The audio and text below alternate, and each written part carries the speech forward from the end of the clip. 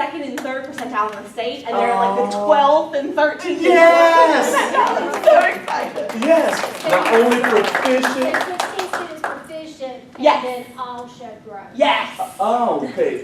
So growth there, proficiency. And math was not quite as good, but still phenomenal. I was only predicted to have 6 kids pass. We had 11. Ooh. And we had phenomenal growth there too. We still had some ones that I wasn't so happy with, but really. Well, when we heard you cheering, Billy volunteered. I don't know, to do the celebration with the group for you and your students. Wow. I'm excited too, because that's what I want to. That's what it's all about. Yes. That's a measurement of impact right there alone. Yes. Come on, Billy. We've got our Ole cheer. You go the uno, dos, tres, and then Ole, Ole, Ole, Ole. Okay. Right, ready? Uno, dos, tres. Ole, ole, ole, ole. I like that. Good. Good. Well, that's why we pass it around. Yes. So you can get those kind of things, and you go back and do some of those things with your kids as well, because they love those things. All right. Well, good. I'm excited about that. I don't know if we'll have anything to top that today, unless we had a birth or somebody get married, or somebody. How many days Happy they did got someone the- get married? 11. So we can count that down. Yes. Let's put that down. 11. Oh, we love that. We love that. And look at her smile. That's all right. I can see you in your white dress now. Thank you. I'll Yes. bring you pictures. Yes. You won't have to do like people like Janae. Janae had to wear black when she got married.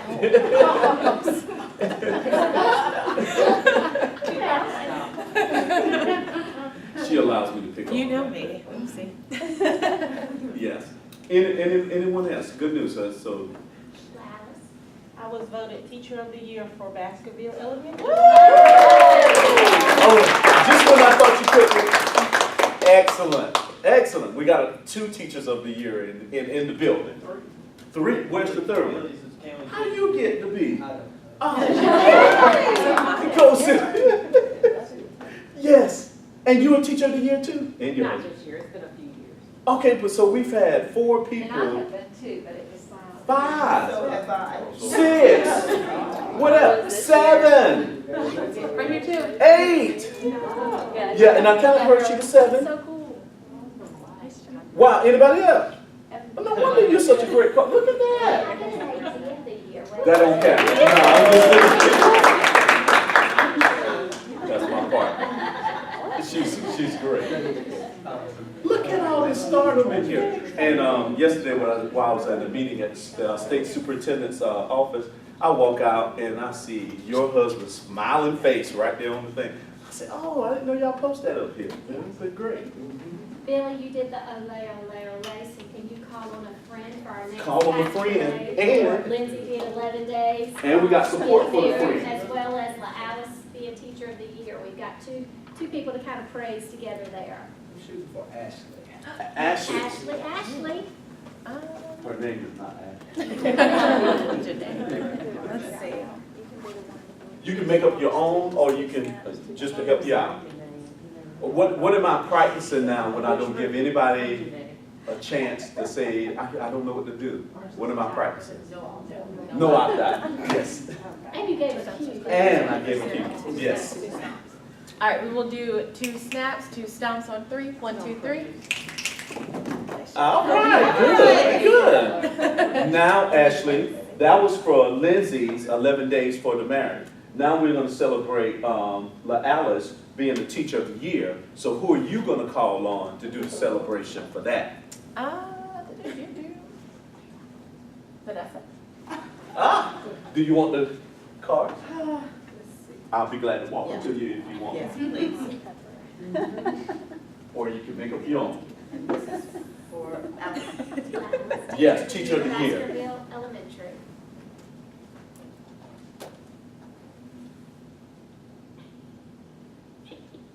She's looking at Elvis Moore, contemplating that. Yeah, a good buddy. I remember that one. I remember that. I remember that. We had some Turn fun up your doing it. collar, get out your microphone, then swing the microphone around and around in circles, and curl your lip like Elvis. Thank you. Let's say. Thank you, like that, yeah. Yeah, come on, Okay, all right. let's We're gonna do it. try this. You're gonna have to stand up for this one. Yeah, it's entertaining. Stand Yeah. up. Overall. Okay. Turn up your collar, if you have one.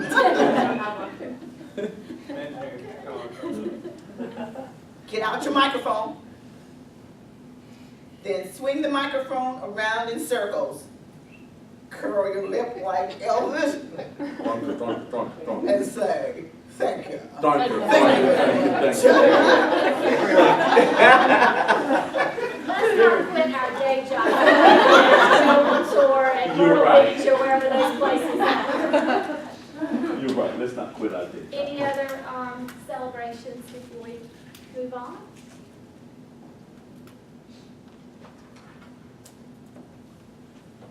I don't know if I have reason to celebrate, but our scores are getting scanned at 4:30. So we don't know what the celebration is, but we are happy that we have finished 2 days of testing in our building, and we have makeups and EOG science testing Friday, but some of it's over. So, there's somebody that is not gonna get in your way, and that is me, with the scores coming out. Because I remember when I was a principal, that's the highlight of your principalship is Well, to I'll get just say, and we're elementary land, and I know a lot of EOCs don't start till a little later, but it's disheartening. You're going to school, your teachers, your kids. We had a 5th grader throw up in the bathroom yesterday morning. Another 5th grader was crying. I mean, it's a lot of stress on the little ones, and you want them to do their best and all that sort of stuff, but it's a lot of pressure. And you just want to make it the best environment for them that day and all that stuff. We did a big pep rally, and I know you were doing some things. Can you talk to the group about what you did? Well, my 6th graders planned a pep rally, and we did it together. The 6th graders wanted to involve the little kids because they thought that it was really important that the 3rd graders who had all of this testing felt like people were behind them since they were the smallest and the youngest ones taking the test. So they had the lower grades adopt the older grades in the school, so they made them signs, came up with cheers for them, so they did that at pep rally. Our principal talked. My 6th graders wrote a parody to the Black Eyed Peas song, I Got a Feeling, to, pump up the kids. So they wrote that song and they recorded it and we played it when they were all coming in. But then the teachers decided that they were going to make a music video. So we did a parody of the One Direction song, You Don't Know You're Beautiful or whatever it is. And we did it at like an 80s style rock video. It's hysterical. And then we played that for the kids before they left. So it was really good. With our little kids lined the hallways, so we called them like boxing ring style, and they came running down the halls and clapped hands and stuff. So the kids were really pumped. I had 3rd grade parents saying that their kids have been stressed all year long, and they went home feeling excited to take the test the next day. So it was really good. That is really good. We did something similar. We had the adopt a class sort of thing. We do a parade where all the K-1-2 students get out, and we have all the kids kind of walk around, and the 3 to 5 kids go to the gym. 2nd grade gets to join since they'll be getting ready for next year. We had the Farmville Central High School step team come over and the band to play some music, do the step in front of the kids. We made an EOG Dark Horse video with Katy Perry kind of spoof off. We're having an interlude, I'll play it for you. But we used that to unveil the music video that day, and then we sent it to them so they could see it first thing that morning again. It was you're just trying to celebrate. Our Lions and Bobcats, so we had bought last year a bracelet that said do your best on the test, and it was like a blue or gold band with the paw theme that we gave them the morning of, and this year we got them dog tags that says, have a positive, test day, and so they got dog tags to wear this year. So you want to do what you can to just say, hard work, you've done this all year, let's do your best on the test sort of thing. And I do think when you involve K2 and they're supporting, if brings building unity for your students. And I can say, Ethan, my son is a fifth grader, and he came home with such a big smile because he had a kindergartner named Hayes. And now he feels like he knows Hayes. Gave him a little care back with a little well wish and everything. Well, So it does make a difference to the children. Yeah. Well, and they need to support each other. Sometimes we're looking for, a class to Skype somewhere else in another part, and you've got some opportunities right within your grade level to build some spirit. Keith, did you? And also just very quickly, because this is always one of the things that I care very passionate about, but the New York Times had an article about 3 weeks ago that our high school age kids today in a survey are, and this is based on things they have to do during the day and also just questions that they polled them with, but our high school students are 2 to 3 times more stressed than their parents' generation ever was, and that included the World War II generation with economic turmoil, the 60s and 70s. And I think it's true, and I think our kids have far more pressure at a young age than the Generation X or World War II generation ever had. And I think it's important for us to remember that we unfortunately live in a culture where you can be defined by 1 second. You can do one bad thing, it puts on YouTube, and your whole life's gone. And unfortunately, our education system is that way, where we define kids on 1 2-hour test of one day. And that one test can sometimes it can negate a whole year's worth of progress. Right. So, and I'm not saying test scores aren't important and we should just, whatever, but I think we also need to try to make kids feel like, it's just one day, and it doesn't mean that's who you are. It is just a test. And I think that's important to let kids know that they are more than what that test is. Yeah. So, And the power of the test is so important. We had just a situation that I got off the phone with a parent on the first day of reading, when you're doing the editing, that's when the teacher realized that the child didn't finish all the tests. Best we can figure, they didn't turn the sheet and read the last passage, and the last passage had 9 questions. So, anyway, of course, mom was told, and we ended up with some misadministration, the child's going to have to make it again, but part of her concern was she already knows he's passed his grade for the year with 3 to achieve requirements, but it's using that EOG score as part of the AIG configuration to see if her child will possibly get AIG services next year. And 9 questions isn't going to be in the 95 percentile or higher. So, back to what you were saying, a lot of weights placed on that one day of testing. And I think we know it's wrong, but we continue to do things like that. but I see us as educators doing the best we can to get them hyped up and to relieve some of the stress by the different things that you're doing in celebrations. So, Do we have a basket? we have a basket today, yes? Yes, Can I Sylvia. share? Sure. Okay. Sure. Well, the good news is, The good news is, playing off of your read to achieve, we have completed the process so far. And we have 225 students we can remove from our summer reading academy. 225, that's a huge celebration. So do we know the number's still impacted? We won't talk about But we're celebrating the 225. And I need to do a plus and a They were delta comment, successful on right? the portfolio. So that's 225 less that have to attend. attend the Read Your Achieve Academy. So who's gonna do the celebration real quickly? Who's gonna do it?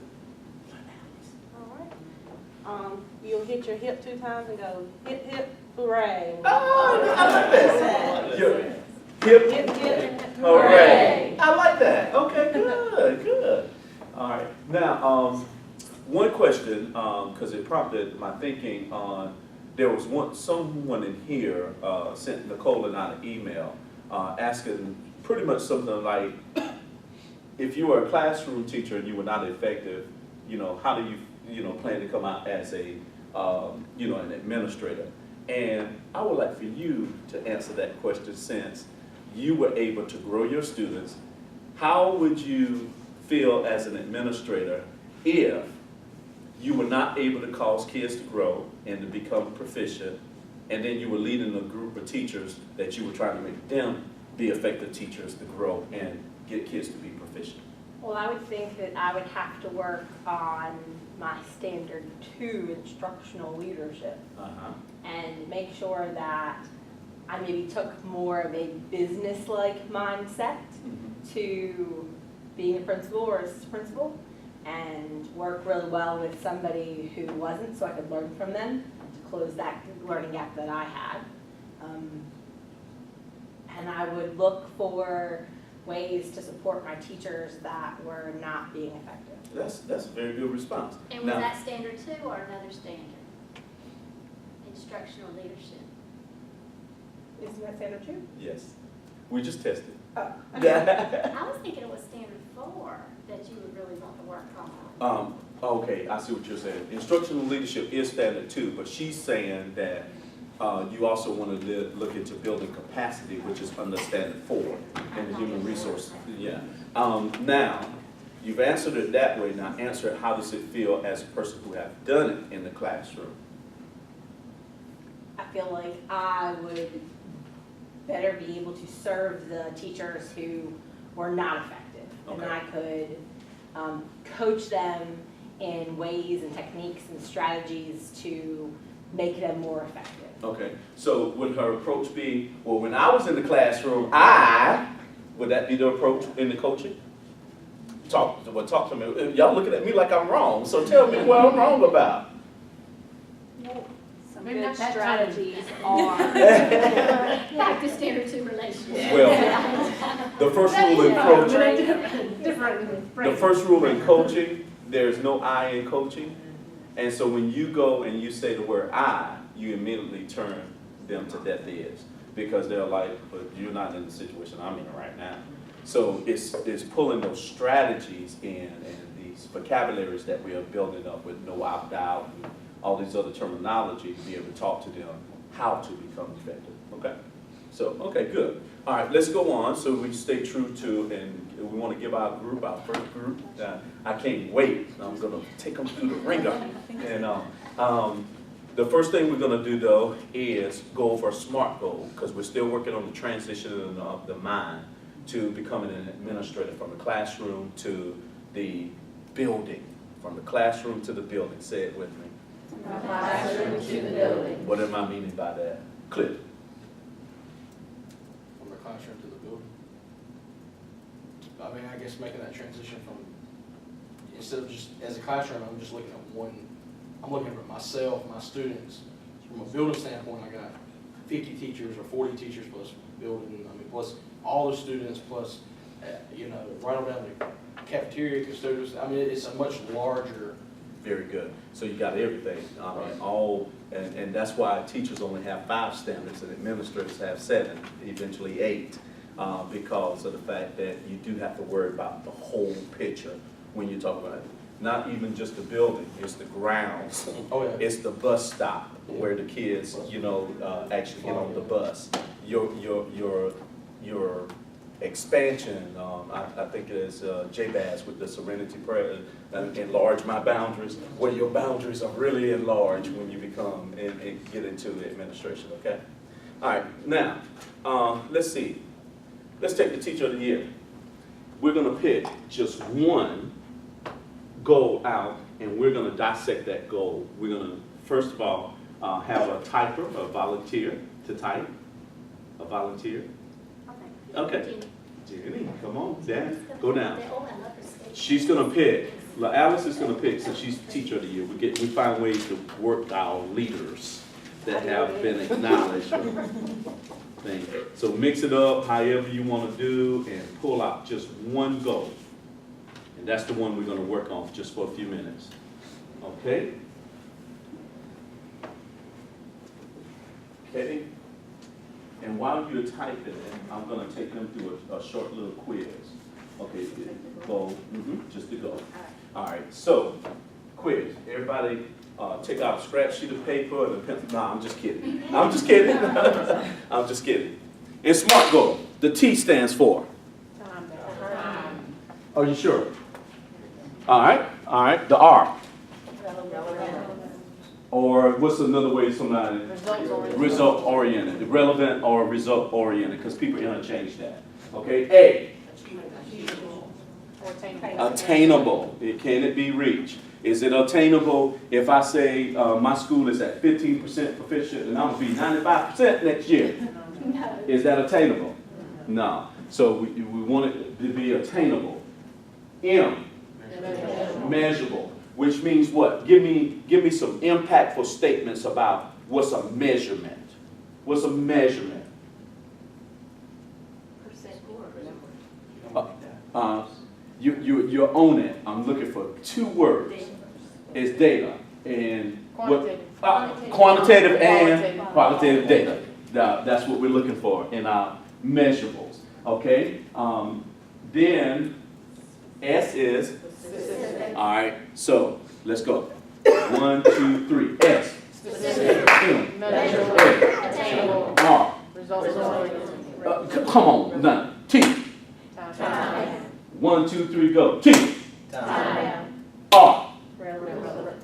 Ah, come on. Result oriented. We're gonna go with the result oriented. A. Attainable. M. Measurable. S. Specific. Okay, you got what? That spells what?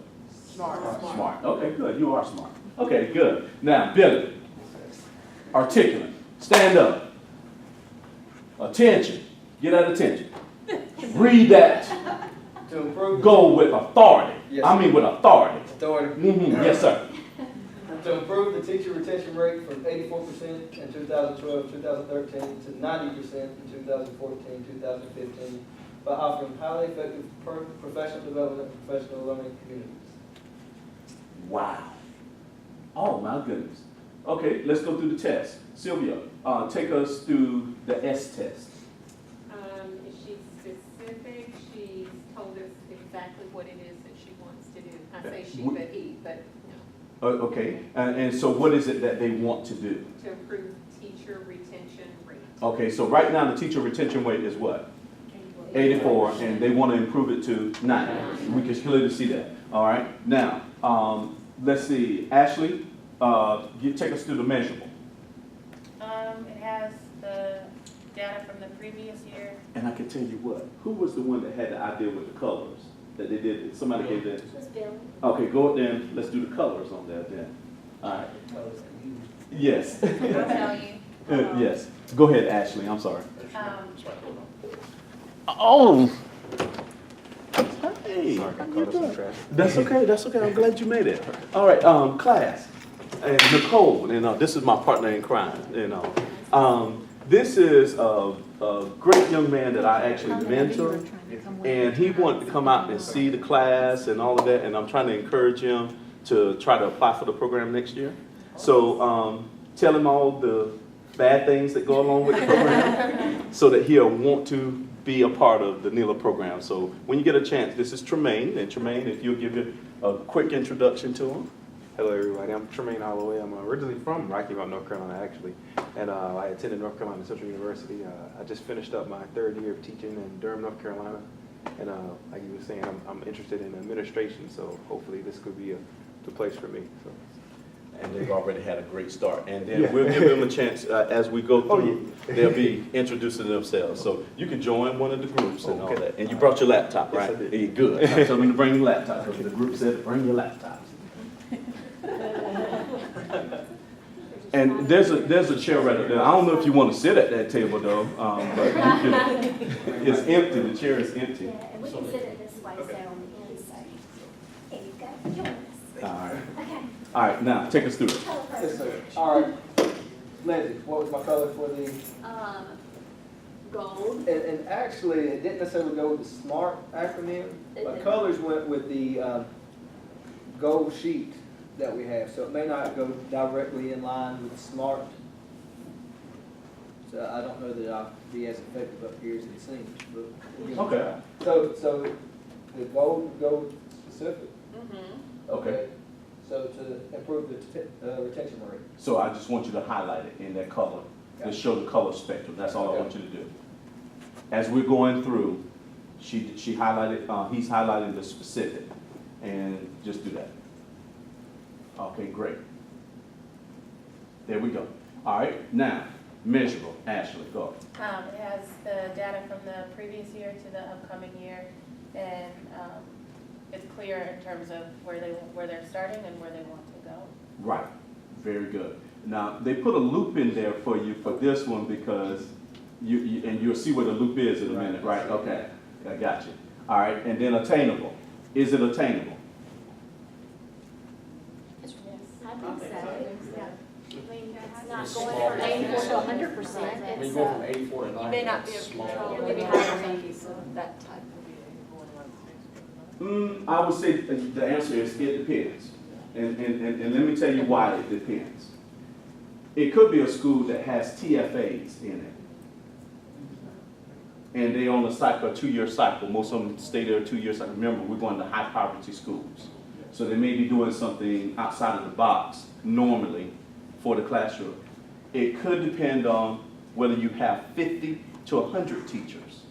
So when you start talking about this attainable goal, I'm sure the conversation will be around the demographics of your teachers and the circumstances that surround that could affect your teacher. You could have some teachers that are going to be an administrator, and they can be going into a program, and they could be leaving and stuff. So when you're talking about whether it's attainable or not, look at the demographics of your teachers.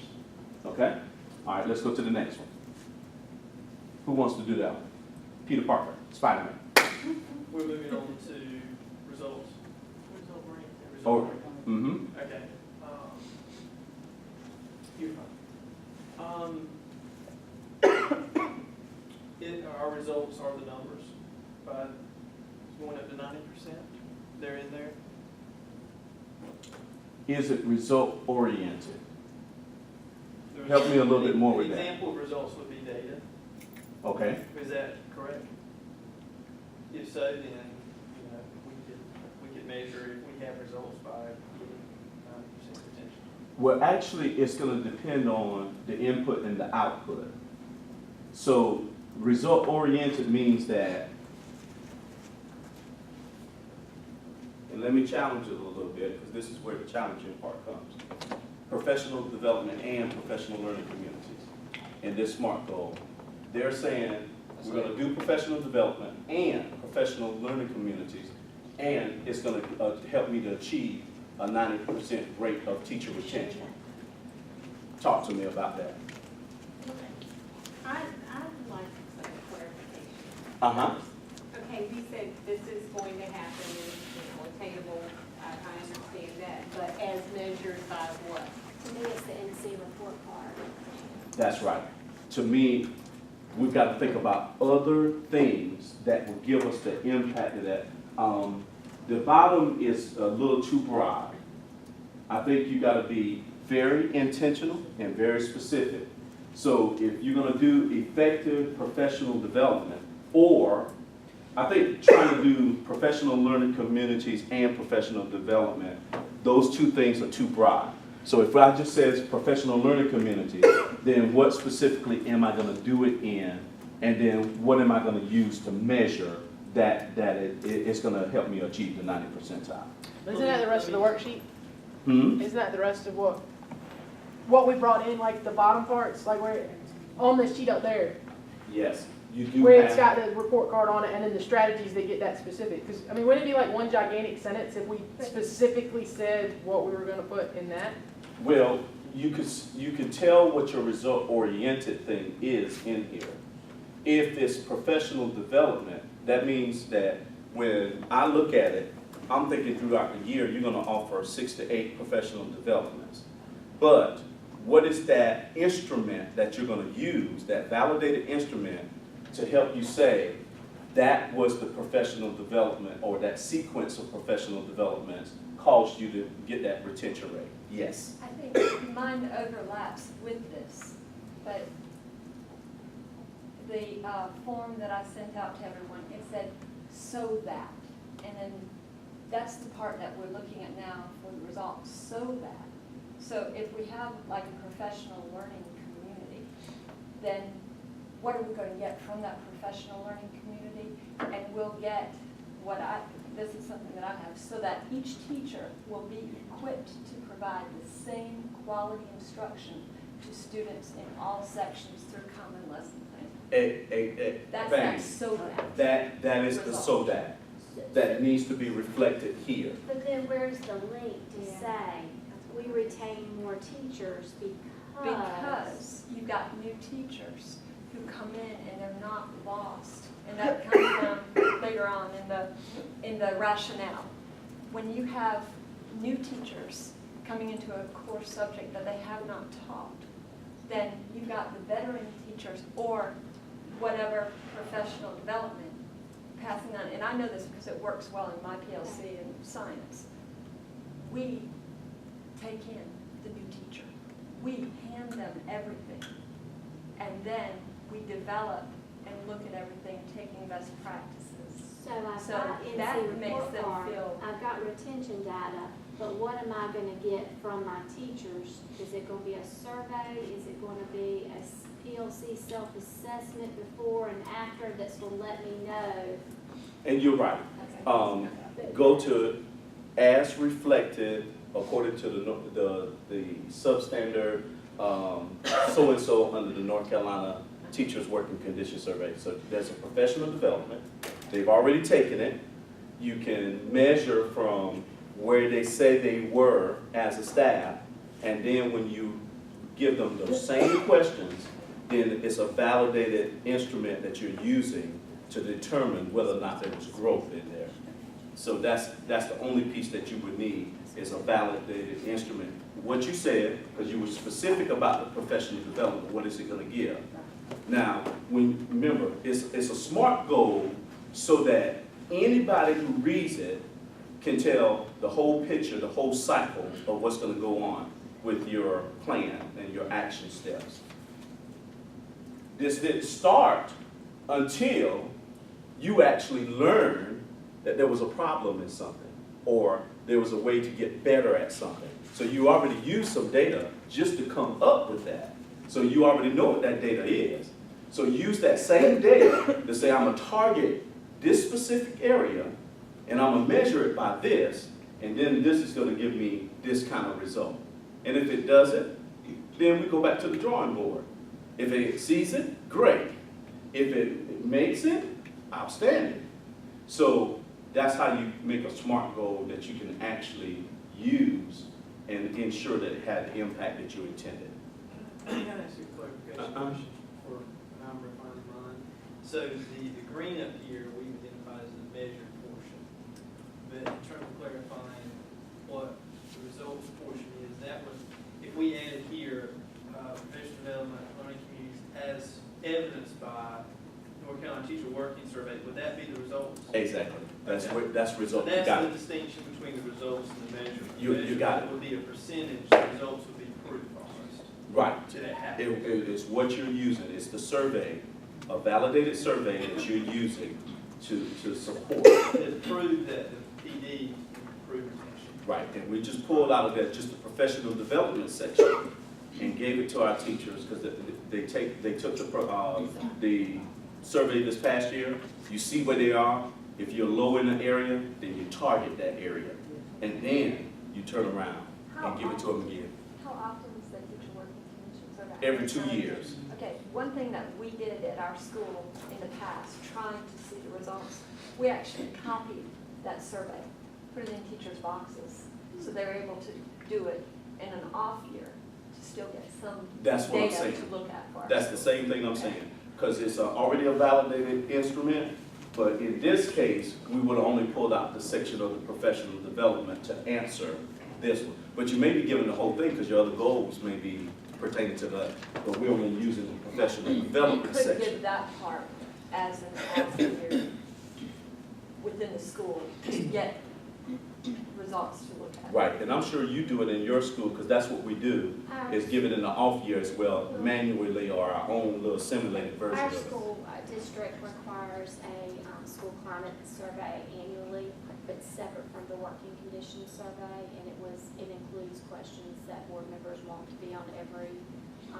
one of our schools. We can add our own, but there's some that are sacred, that your school must ask these, because they want some consistency in the questions. So if they go and start looking from school to school, we're using consistent measures within the district, so we do that annually, and we only do the teacher working conditions every other year at our school. We rely more on the local district one. We've got a question here, Cliff.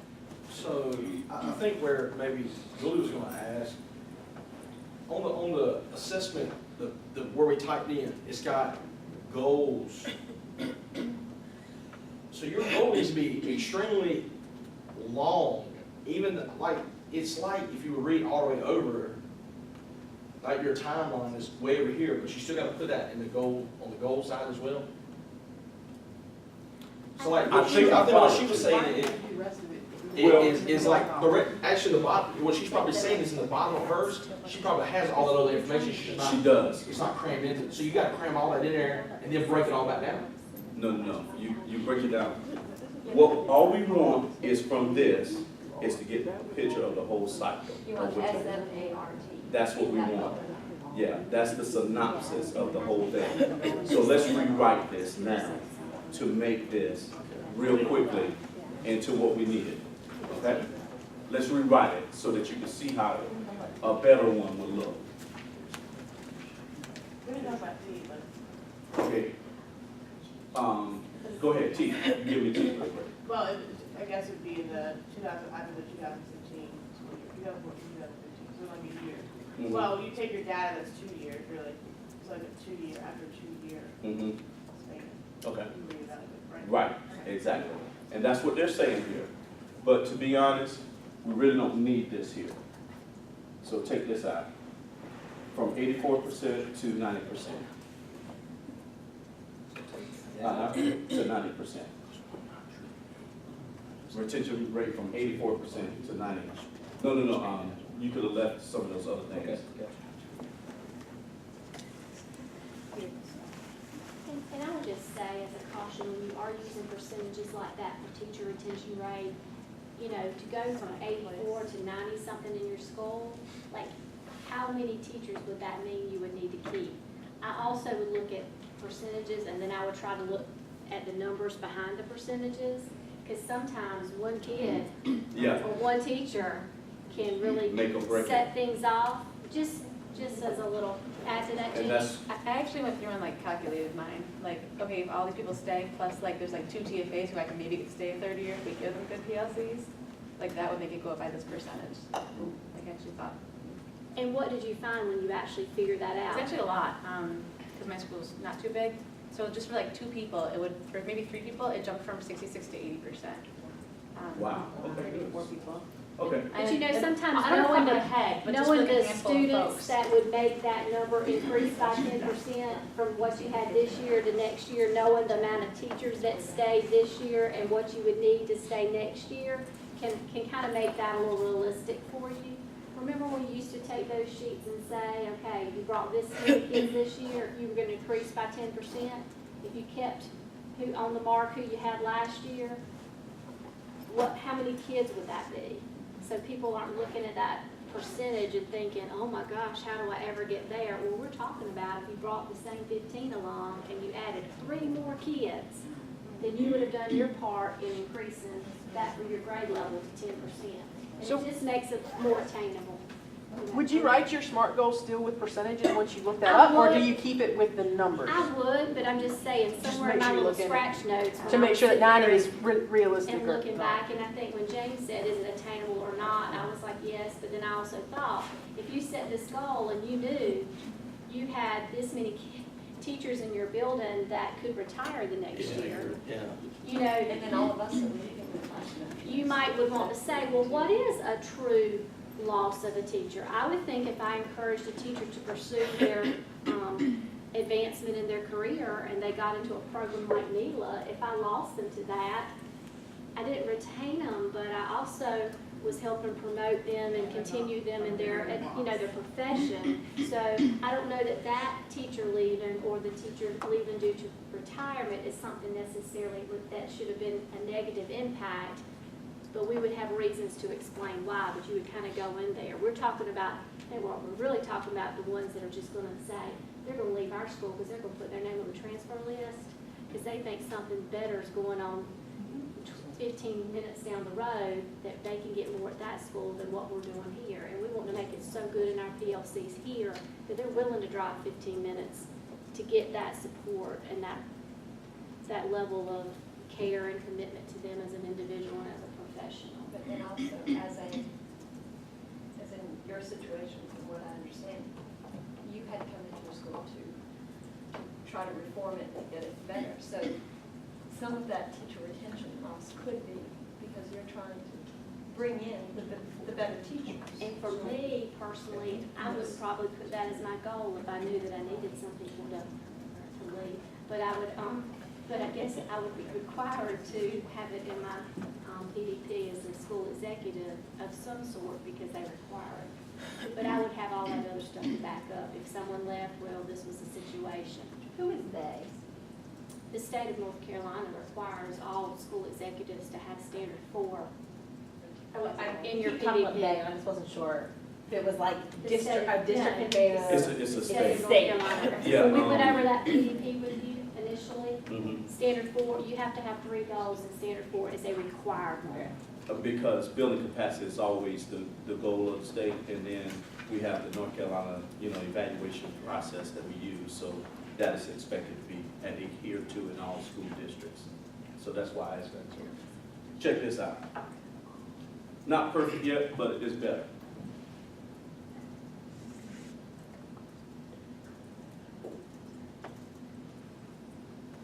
And if we had a guru for lesson planning that we were targeting, somebody that is just excellent, that we're modeling after, we put that name in there, that's the kind of professional that it is intentional, it is specific, very specific of what we're gonna do. Or shared common lesson planning, if we're talking about learning.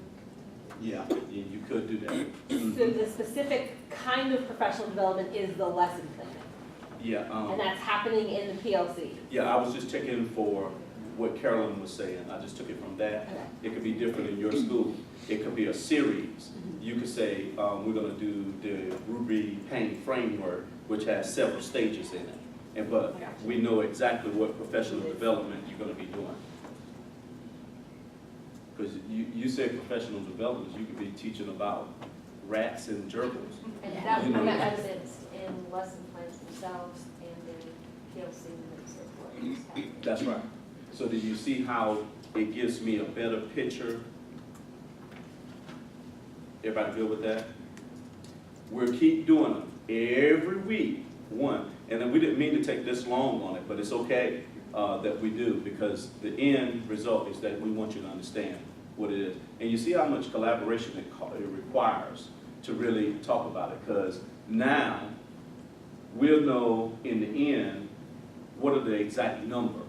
If it's 100 teachers, that means that we have a rate of retaining 84, and then at the end of the year, we want to have 90 teachers retained instead of the 84. So that's 6 teachers that we're targeting and maintaining our 84.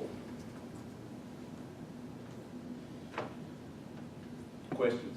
Would you write that instead of the 84 and 90? I would. I would. I was just using what they had. But I you I would would be use the actual specific. numbers. Mhm. I would. But there's nothing wrong with writing it like this. So we're just modifying from what you're already writing to help you see that. Okay? So we can count this as one of our class groups. Good job. Good job. Thank you, sir. You did all Here, right. sir. Mr. X, Teacher of the Year. Now, did everyone turn in your rubric from last week? That's the, go on this tray here. Everyone had an opportunity to turn in your rubric? Okay, good. Nicole, did you want to go over anything else before we go to the group presentation? No, I think we have smart golded. Yeah.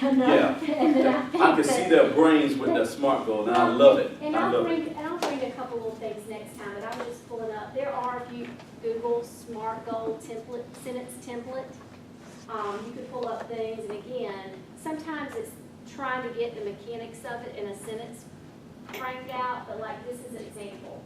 By the time of the next measurement assessment, students will be able to specific and attainable skill or task as evidenced by research data from the assessment measurement. And so they gave some examples here, but pretty much the sentence structure was by blank, students will be able to blank as evidenced by blank. And I know when I'm writing something like that, having that frame helps me because you know so much you're trying to accomplish, but, or the one that you were talking about, there's a couple ones out there, so that, and Caroline has shared one too, so. Yes. The ingredients are up there. Yeah. Okay. And so we have our own class little frame that we've started, that you can start modeling from and pick up the ones from the other ones, so you have variety, and you'll be good.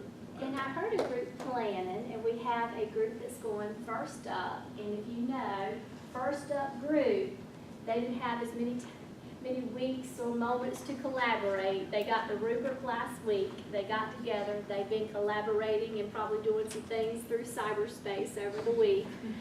If you got the email right before class, we know that you have a Google document that's been shared with you. And I heard that we might be asked to exit the class and then come back in.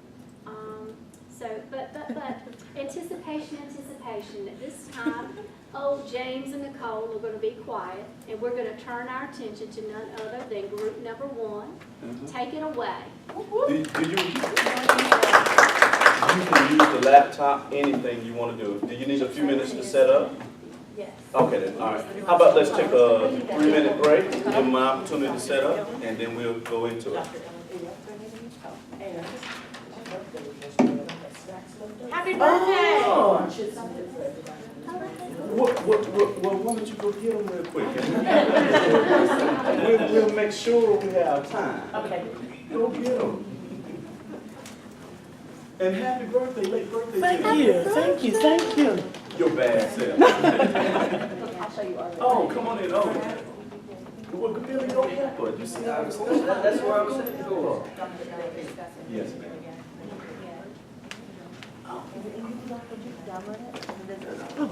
Just a little bit. Thank you. Something quick and easy.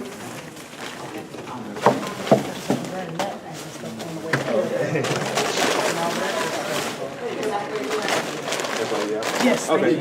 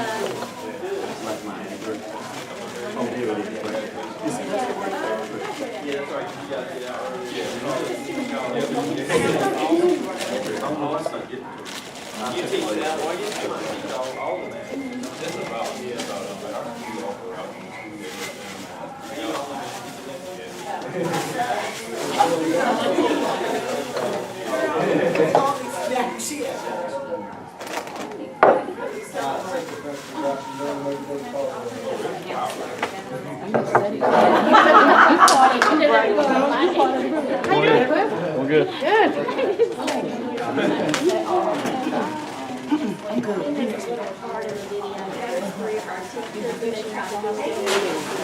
I did. I got it down. And then I'm going to be home. I got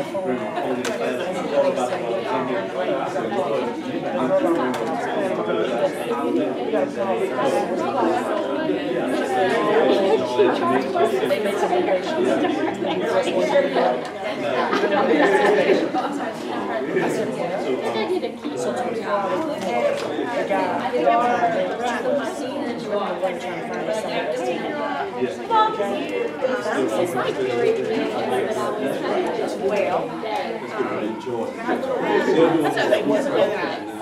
Like fully understood.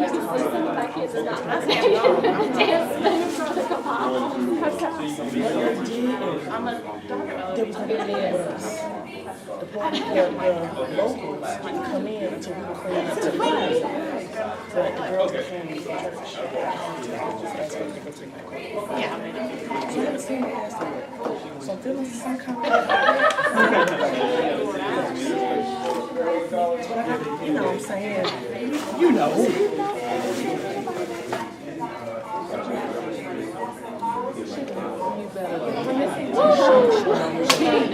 Yeah. I'm so proud of. Should be. Are we eating now? Yeah. We haven't had our conversation yet. So I guess the anticipation of the conversation is a little more, it's overwhelming. Then the conversation will probably be, but I didn't like to say that had and what you asking them?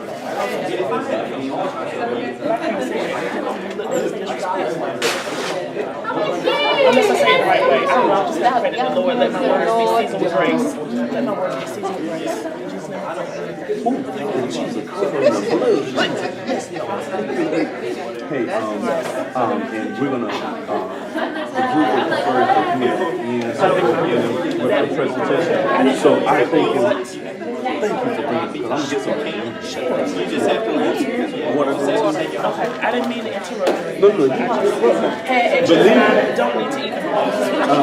Believe me, this is not interruption. Okay. Like the yes, Lord, yes, Lord. Now you got away from it. I come here late because I can bring it.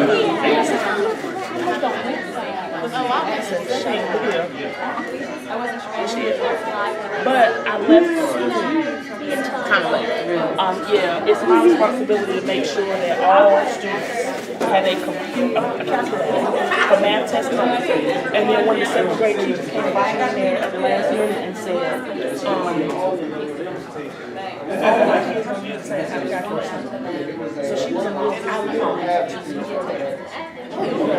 she was in there trying to make sure that we had the right calculator for testing. It's not like D. Finished one, and then we had our strategic board about the same.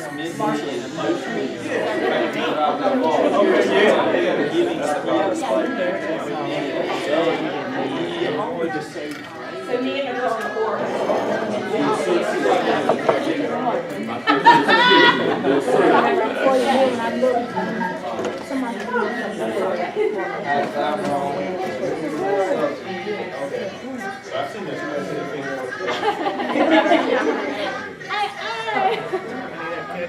It's amazing how you watch something like this and you have that song in your head.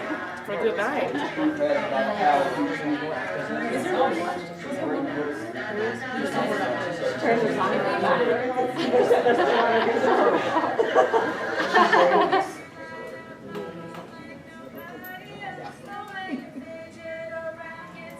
And we're all quiet.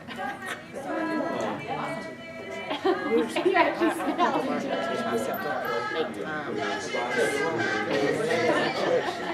We went down the hallway, we got closer and closer to the outside. Our school is similar to that for the old section. Excuse me. Excuse me. Excuse me. Oh, they're ready to start talking. Hey, let's give our full attention to group one. Give them a hand. Make them feel welcome. Well, thank you guys for your attention already, but our presentation is going to be on Chapter 5 and Teach Like a Champion on creating a strong classroom culture. Just for fun, I'm Ashley. I'm Jenny. I'm Julie. I'm Lindsay. And that is us. All right, so they're going to go ahead and grab a seat because in a second I'm going to jump into teacher mode. But the first thing I wanted to say was this was a key mindset that I learned my first year in the classroom about creating a strong classroom culture, and it really resonated with me, so I just wanted to share it with you guys. But essentially, it's going 15 miles per hour in the beginning of the school year so that you can go 100 miles per hour. And essentially what that means is, when I think about setting up my classroom culture, it's very strategic, very intentional, as I'm sure it is in your room, and just very slow. I mean, we spend the first day of class just doing, I don't even think we get past the do now, honestly, because I'm doing so much reinforcement with the culture and reinforcing the habits that I want to see from kids. So then that way, by the time it is January, your class is like a machine and kids just come in, they know what to do, they know what to expect. So I thought that was just really powerful for me when I heard it, and I wanted to share. But I am going to now put on my teacher hats, figuratively and literally. It's too small. But what I will say is I'm gonna jump into teacher mode and what I'm like in the classroom. And so when I'm about to model this, I would encourage you, I'm a 5th grade teacher, and so I'm gonna be very 5th grade probably and be bopping around and have that type of tone. So I would encourage you when you look at this to try to, rather than think about that wouldn't work for my room, push yourself to think, how does this work for my classroom, since I may be in a different grade level. But, all right, here we go. You guys are all gonna be my students, and then this is our first day of school. I think that's all the framing that I need. All right, welcome. Look at our class. You guys look ready to go. You look sharp. Awesome. I see a lot of people sitting up nice and tall, smiles on faces. Oh, Keith looks enthusiastic. Lindsay looks ready to go today. All right, excellent. So, as you guys know, I'm Miss Johnson, and before we start doing anything, I want to tell you something about myself. This classroom is like my treasure box. This classroom is the place where I feel at home, and this is a classroom where I want you to feel at home. When I say this classroom is like our home, what do you guys think I mean by that? We have fun. Have fun, good. Can we have a few people using hands? Yes? We're comfortable with each other. Comfortable with each other. What else? Let's hear some more. I appreciate the bravery. Crystal in the back? We take care of it. Take care of our classroom, and we take care of each other, right? This is a family and community. Good. So one of the biggest things when I think of my home is a great place to be. It's fun. My family's there. They love me. They enjoy me. They bring a lot of positive energy to me. Well, the same thing is true for our classroom. When you guys come to class every single day, I want you to feel that same energy from me. I want you to know, I'm telling you now, but I want you to see it and experience it every day, that I'm excited to see you. And the best way to do that is by starting off our classroom with a greeting. So when you come into Miss Johnson's room, and this may be different than other classrooms, remember this is our home, and in this room we're special, we're extraordinary, you guys are awesome. And so with that, when you come here every single day, before you even walk into those doors, you're going to be greeted by me, and I want a very hearty good morning, a very enthusiastic greeting, and you're going to come into class just ready to go, ready to be focused. So before we do that though, as you guys know, in this classroom, since we are so special, there's a certain way we do things. And when we do things, we do them right. So I'm going to teach you the procedure of how we go out into the hallway, how we're greeted by a teacher, and what it means to come inside and get started and getting our mind ready to go for the day.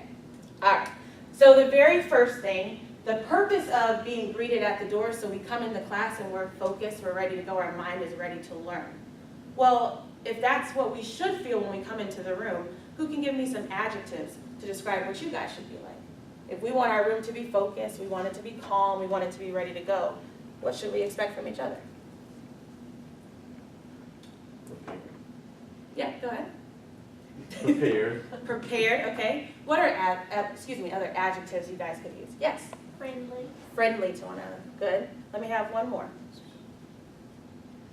Positive. Positive. Good.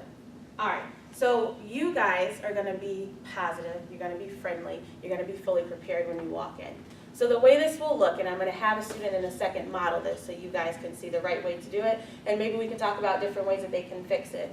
But the way we do this is before you come in every day, we will have a boy line and we will have a girl line. When you are outside in the hallway, the expectation is to be at complete zero. Zero means that your mouth is silent. I shouldn't be able to hear you. You should be focused. You should be tracking forward. That means you look like soldiers in line.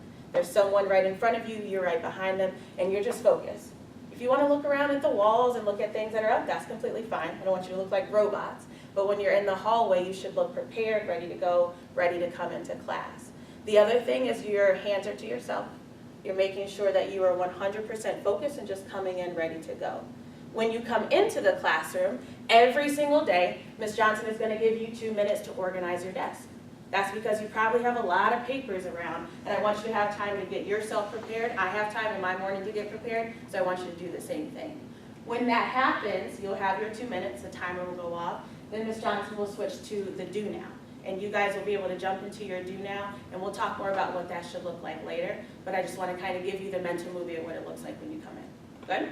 All right, so I'm going to choose a student, see who looks bright-eyed and bushy-tailed, to be the model. Jenny, you look eager. So step by step, Jenny, I'm going to say it one time. I want you to make sure you're actively listening to me, and then you're gonna model it for the class, okay? So when I say go, you'll stand up, you'll push your chair in, you'll stand right behind your chair for now since we're practicing it. You go out into the hallway, you'll greet Miss Johnson with a good morning, a handshake, nothing, oh, hey, what's up? None of that. It's professional when you come in. Then you come right back into the room, you grab a seat, and you start getting organized. Good? Okay. All right. Strong eyes on Jenny. You may go.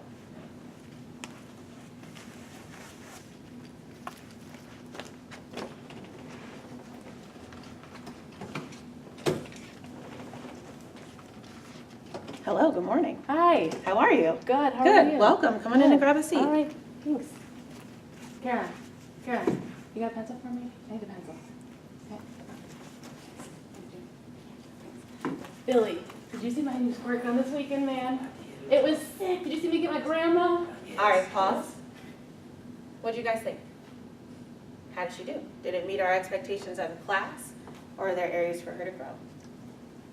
She need to grow some. Areas of growth? Well, the only way you can grow is if you're specific. So what specific feedback do you have for her? What does she do that needs to get better? Because if you think about what she did, if we all recreated it, where in our classroom be the adjectives we described? Friendly, supportive, calm, and focused? Not necessarily. So what specifically did she do that she can get better at? Yep. Well, I wasn't going to say what she could get better at, but I was going to say she did come in friendly. She did shake your hand and smile and say, how are you? And she seemed to be positive when she came in from her facial expression. I would 100% agree. I think you did all of those things really well. I was impressed with you, and you listened. I could tell you're ready to go. But there is one piece of feedback I would have for her. What would it be? Say it one more time. She was not focused. She was not focused. She came in, and I think because her enthusiasm was like, how are you? What's going on? Rather than coming in and getting started right away, you came in and you were not like that, which is, it's our first time. We tried. But I appreciate that feedback for you paying very close attention. And then for next time, just know that's something we need to get better at.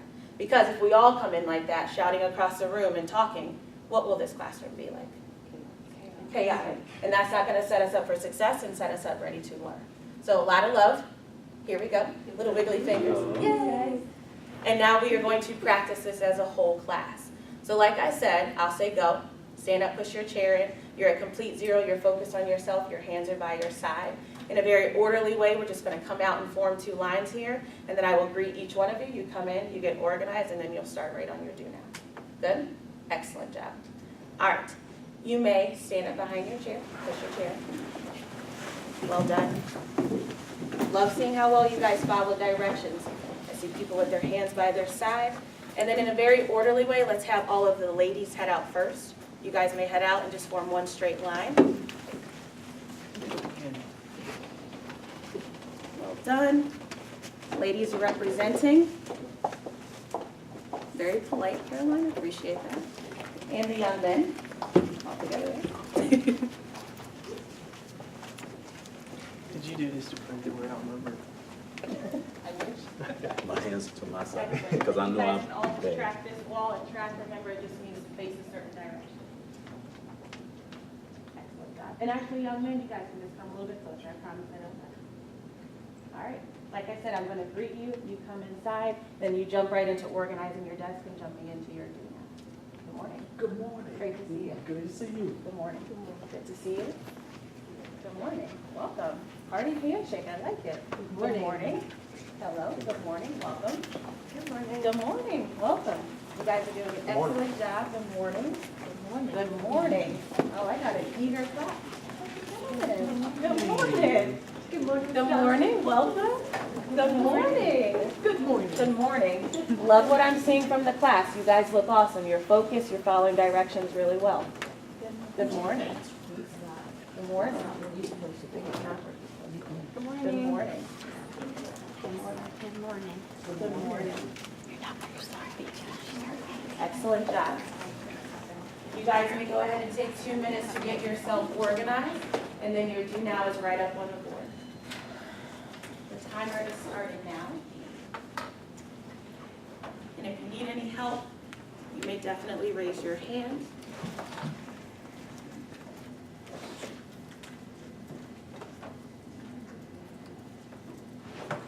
Love the focus that I'm seeing over here from the gentleman's table.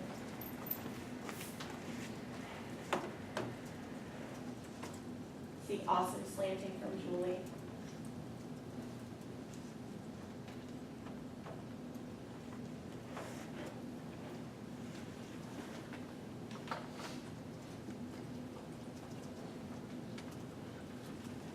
I can tell this is going to be a great year. You guys are focused. You guys are ready to go.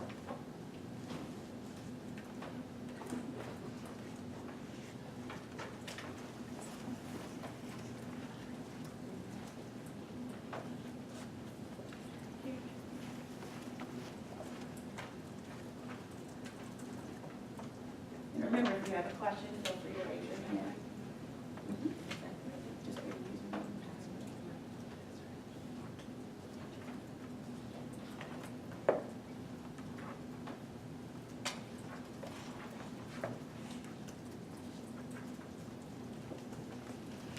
The focus of the room is impressive. I can tell that this is going to be a strong fifth grade class.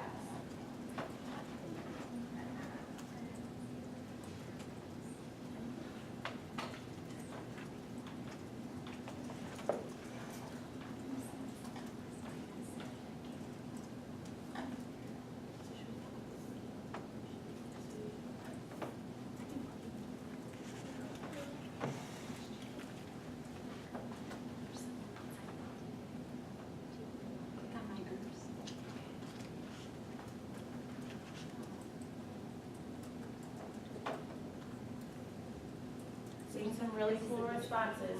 In terms of what do you think is the most important element of culture, I'm seeing consistency, respect, trust, acceptance of others' cultural predispositions, assuming the best in others, really thoughtful answers. All right, we have 1 minute left to complete your do now. If you have finished early, you may find a productive use of your time by going above and beyond. You can work on math problems. You can jump into a great book. That was a focus that I'm seeing.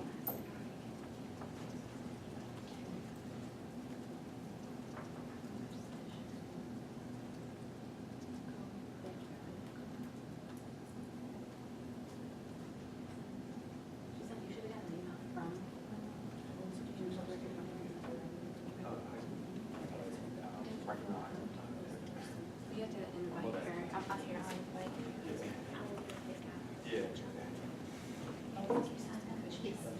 Definitely gonna go.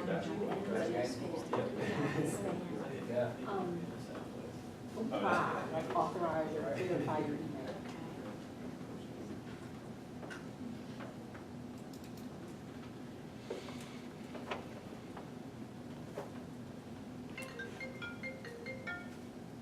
All right, if you could just pause and then we have your eyes. That was very sharp. Nice job, guys.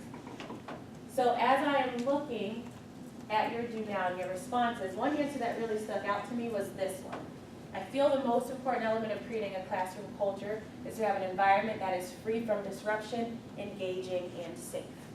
Whoever said that comment, or anybody who would just like to respond to that comment, what are your thoughts? That one really stuck out to me.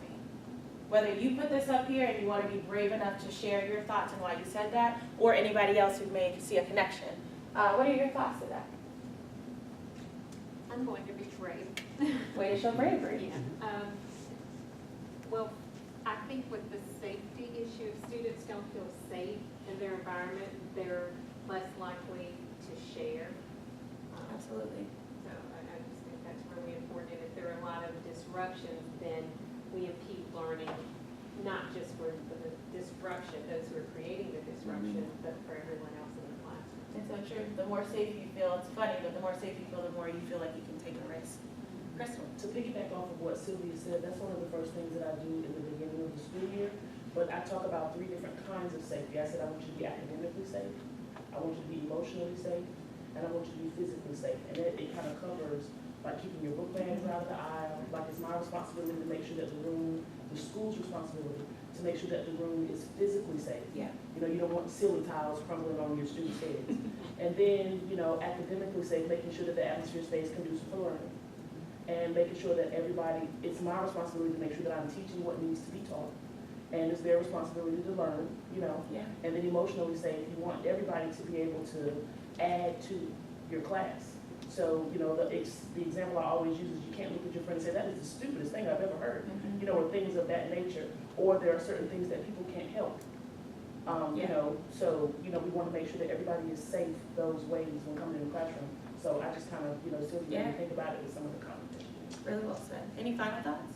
Billy? Along those same lines, I think if a lesson is engaging, or the environment is engaging, then you'll have fewer disruptions.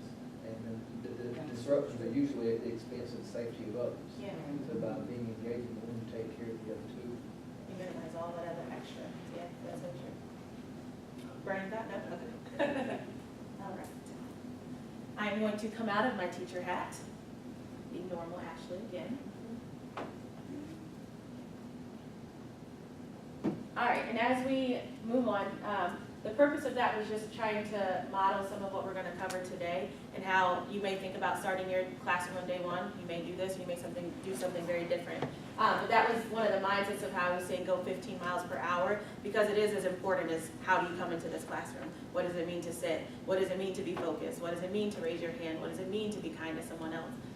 So those are typically the things that I will do and do very, very slowly until it's done perfectly, and kids know the routine.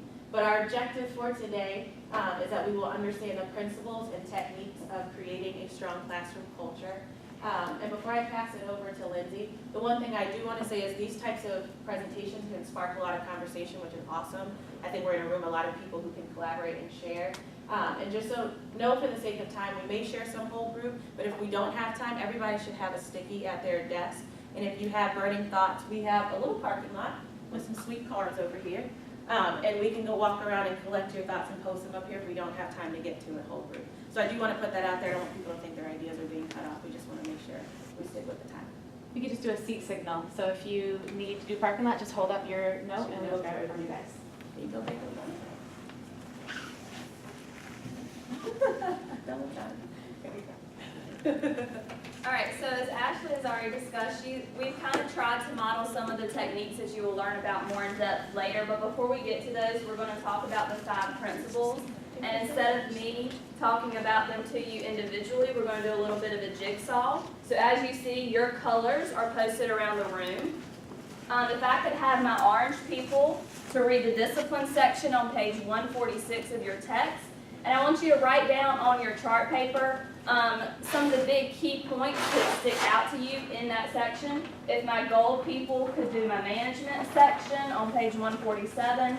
Green is doing control, leaders. This can be you two, or we've already done one. That was for us too. And blue, if you can do engagement. Your color is posted around the room, so if you would go to that section with your group, we're going to give you 15 minutes to work on this. And then we'll come back as a whole group, and you individually will share your section of, or your principle. Okay, so your 15 minutes is starting. You did anything?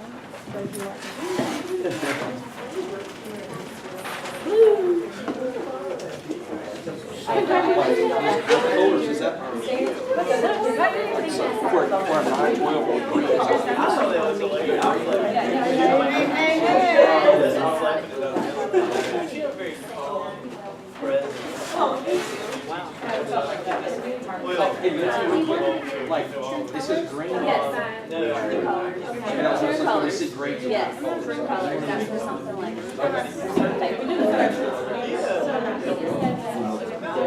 I don't want you to think that you did it wrong. You guys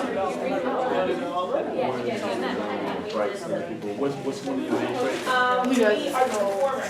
Performance, like, the blue people. We wear our hearts on our sensitive sleeves. people. They cry all the time. We do not. We're the ones about to Yeah, a couple options. Green. Trait for green. Analyzing. Analyzing. Problem So, solving. They didn't tell us that. I want to write. Yeah. even more than. I want to have group, but I'm like, not like.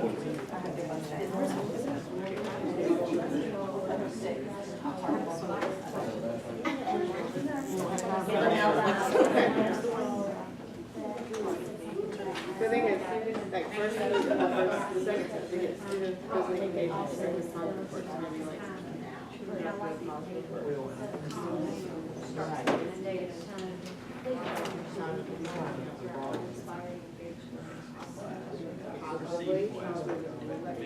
So can we just make like key phrases?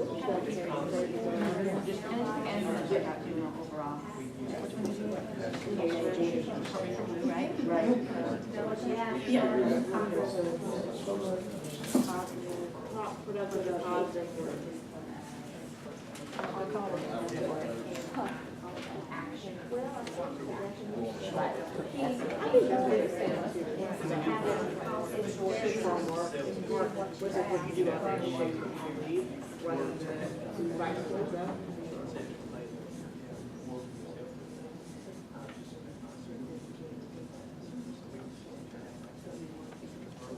So that we could do clearly Monday. Just like maybe the other thing, like one thing that's really was like, I think I heard you say earlier, how I described it as a mouse. Maybe we could put that when I was up to you. Just like whatever jumped out to you. The other part, we're gonna change the outside in. We may not be a good dinner right now. You know what, it's more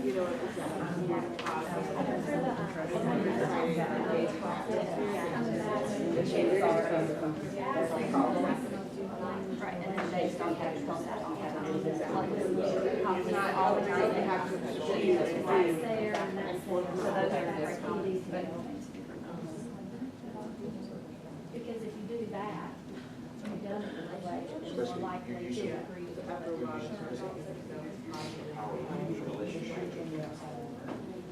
Just saying that we agreed that he was interested in us having where this this procedural concept. Whereas the text kind of says, no, it wasn't consequential.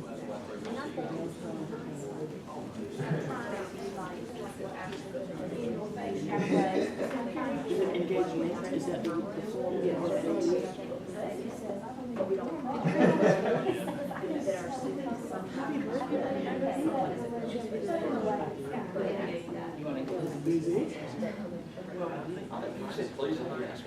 Well, yeah, but you know what I'm saying, begging, you can also say begging. In terms of doing, because I do a hand signal. And I did this 3 years ago. I went to a workshop.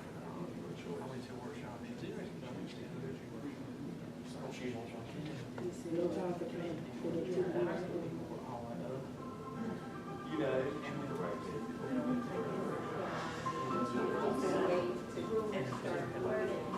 Towards an interest like that. and we so we do high school.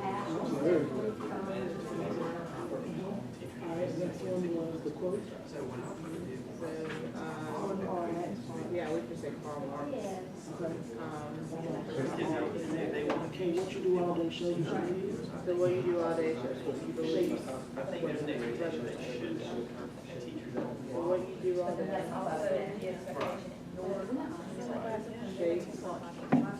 My DPI coach taught that to me. If I had, like if I was in a one-to-one school, I could go pretty regularly. Or she had used it. Or she was. Rather. But I don't use it. So, what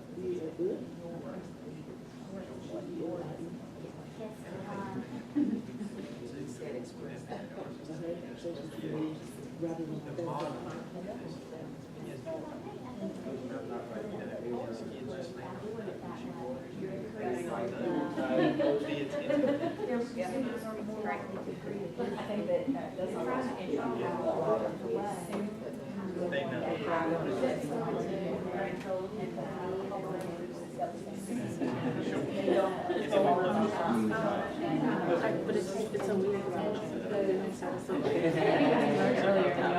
It's a real way, it's my land. Just like now.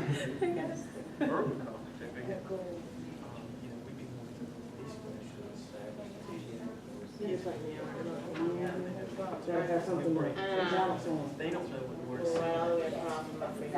simple vocabulary, and I'm thinking,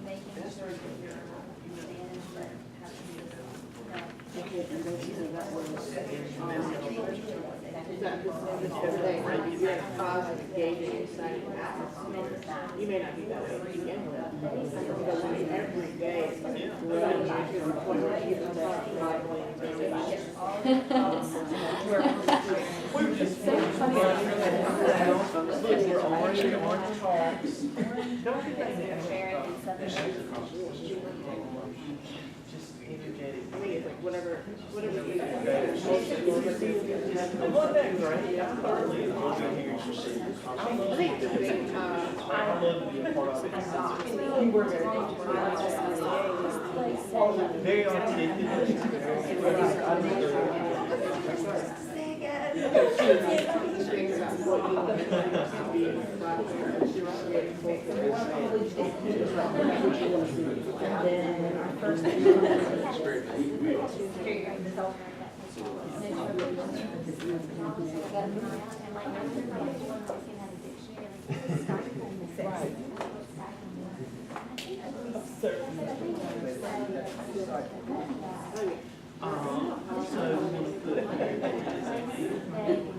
You know, I like Oh, I got some.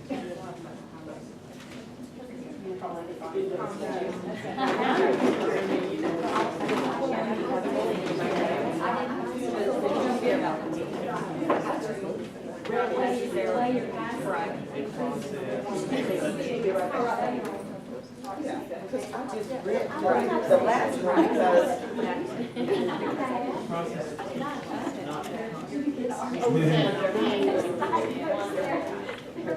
That's why I was wondering.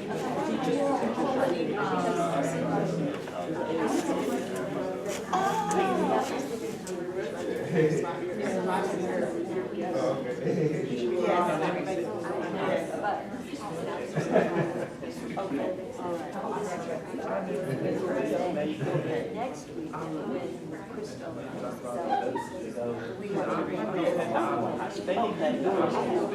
I just didn't know that. Thank you, Caroline. Yeah. It's not the process of teaching, it's not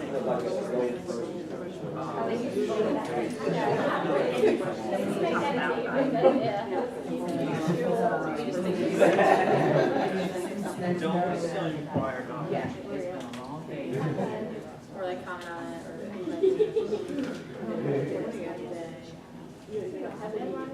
FUL.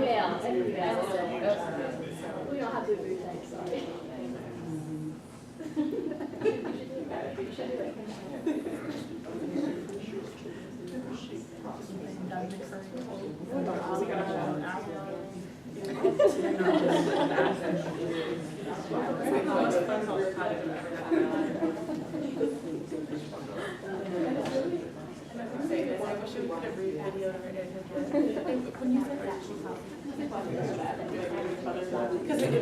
You have 3 minutes and 30 seconds for your group to finish.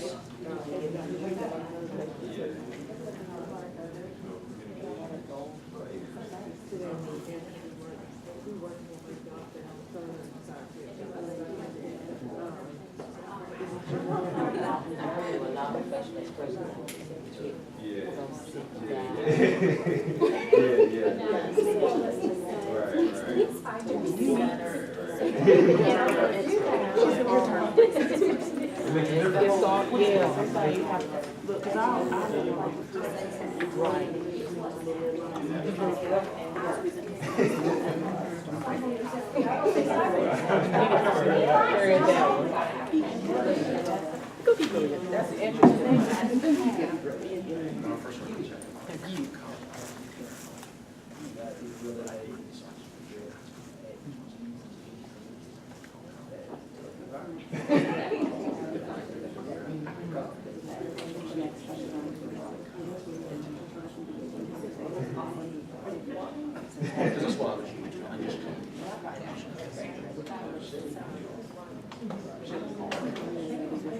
And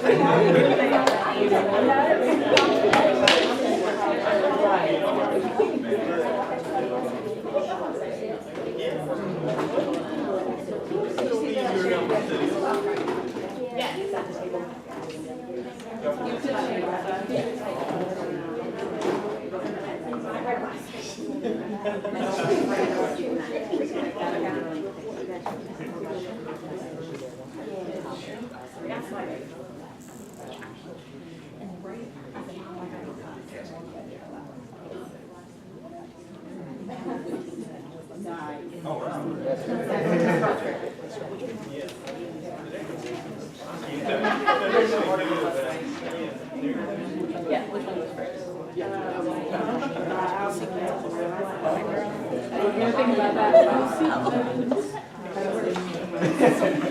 Hey, Donnell. Wait,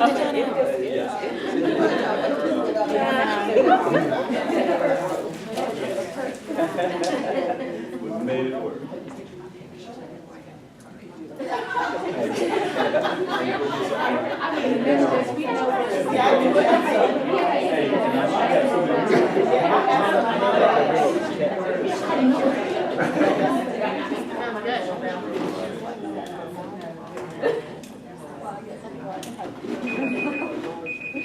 All right, so you guys got to your group in about 15 seconds. Let's see if we can move back to our seats in 10 seconds.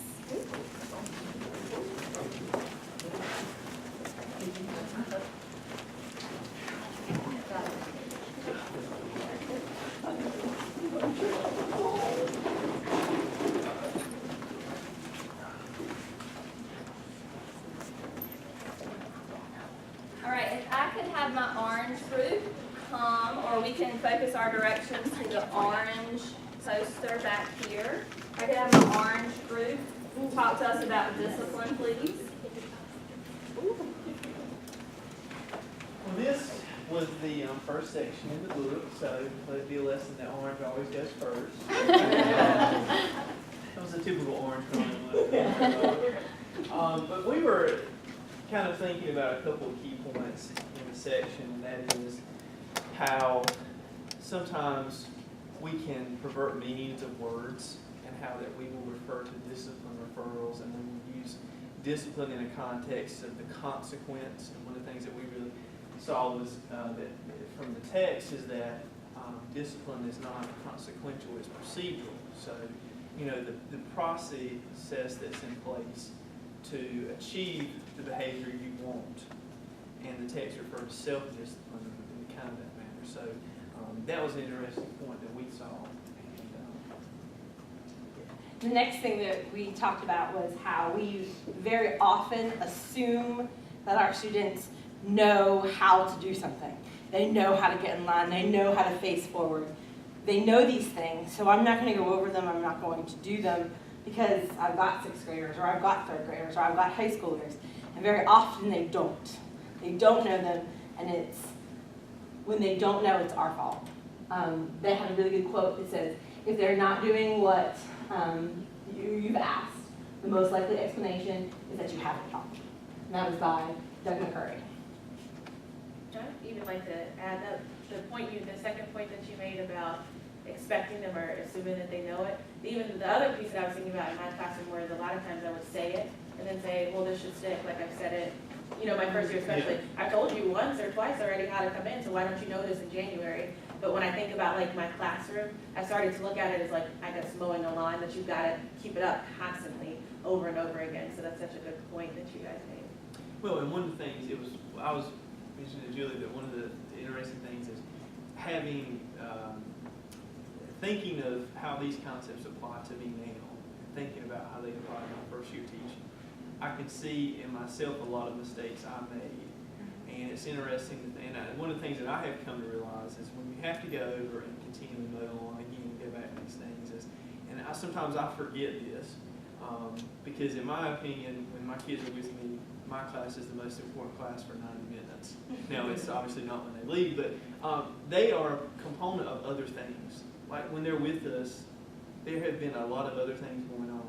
To us, our class is the most important thing that moment, but to them, a lot of times it's not. And so it is a continual process of getting procedures in place where they can operate in the midst of having who God knows what going on in their life. And I think when I first started, I would punish kids for not following procedures that I hadn't really taught them. There was just kind of an expectation they should do it, and when they didn't, I didn't reteach them or teach them. I administered punishment, and that's not effective.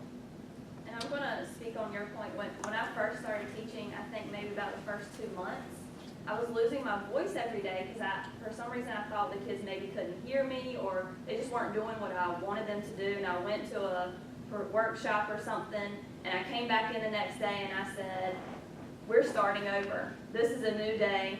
And I made my kids line up outside. I shook their hand when they came in my door. I said, this is a learning community. We're going to change the way we do everything. The discipline isn't going to happen this way.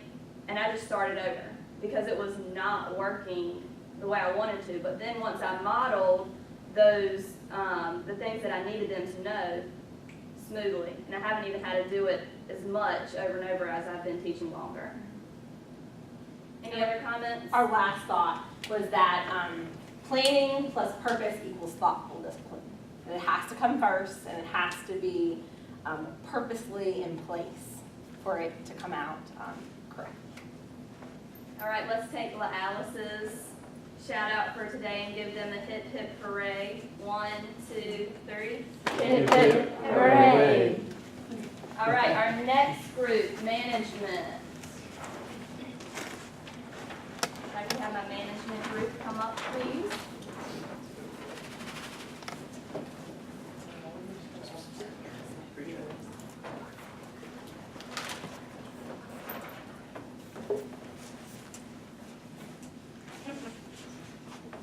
Okay, with management, the key point was that management is the process of reinforcing behaviors by consequences and rewards. And that we said it's most effective in the short term for shaping desired behaviors. After that, it loses its value. The students get desensitized to both the rewards and the consequences that are given. It must operate synergistically with the other four. And with that, it means it's important to create a positive culture, so it's not always just consequences. And it's going to be different in each classroom. So your system must be very specific to the nature of the classroom, to the culture that you've created. And something that we had a lot of discussion about was how often you get the discipline and the management confused. Because if we look at how we do it in our classroom and said the rewards, then the consequences, we usually think of that as discipline versus the management. And then when we're working on the reinforcing behaviors by consequence and rewards, especially at the beginning, but then as we start playing synergistically with the other four principles, then what we find is that by reinforcing it initially, we instill the intrinsic values of kids expecting to have that and wanting to do that for themselves. Yeah, and I think something that I just thought about too was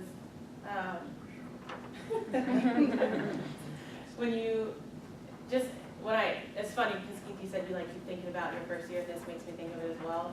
How you lose if you're not strategic and thoughtful about your management, how much time you just lose in your classroom because you spend the whole entire time playing whack-a-mole and stop, what are you doing? And all those things. And it's just funny over the course of the year that learned a lot about my management style. I've learned a lot about how each kid also may need something a little bit different. And so it's just, my first year I feel like I lost days of instruction because of that. And so it is just one of those key components for making sure your room is tight and kids know what to expect. And then it even frees you up to be more of yourself, because you can't earn all of a teacher's personality when the class is not in the place to handle it. So that was just something I thought of when you guys said that. And I think a big part for discipline and management, for me, from my first year, is learning about when kids didn't know how to do something versus when they were trying to get off task. And so like the discipline versus incompetence almost. And so I think that's a big part of management that I wish we learned about in student teaching the first time around. One other thing I'd like to add is with the management piece in your classroom, once that is truly established, there's a difference when children desire to come into your classroom knowing that there's no extrinsic reward. They want to go there because they know it's going to be engaging and they're going to be on task. So that difference between, like Sylvia was saying, managing and discipline, it is a difference. It's a big difference. But once you get that piece understood and established in your classroom, it makes the flow a lot more better. There's a quote that I use almost daily. I think it's from the Great Debaters. I don't remember, but it's discipline yourself so others don't have to. And I just remind my kids of that constantly. Do the right thing so we don't have to manage. Well done, management group. Can we give them 2 stops to class on 3? 1, 2, 3. Change it up a little bit. Right. All right, if I can have my control group.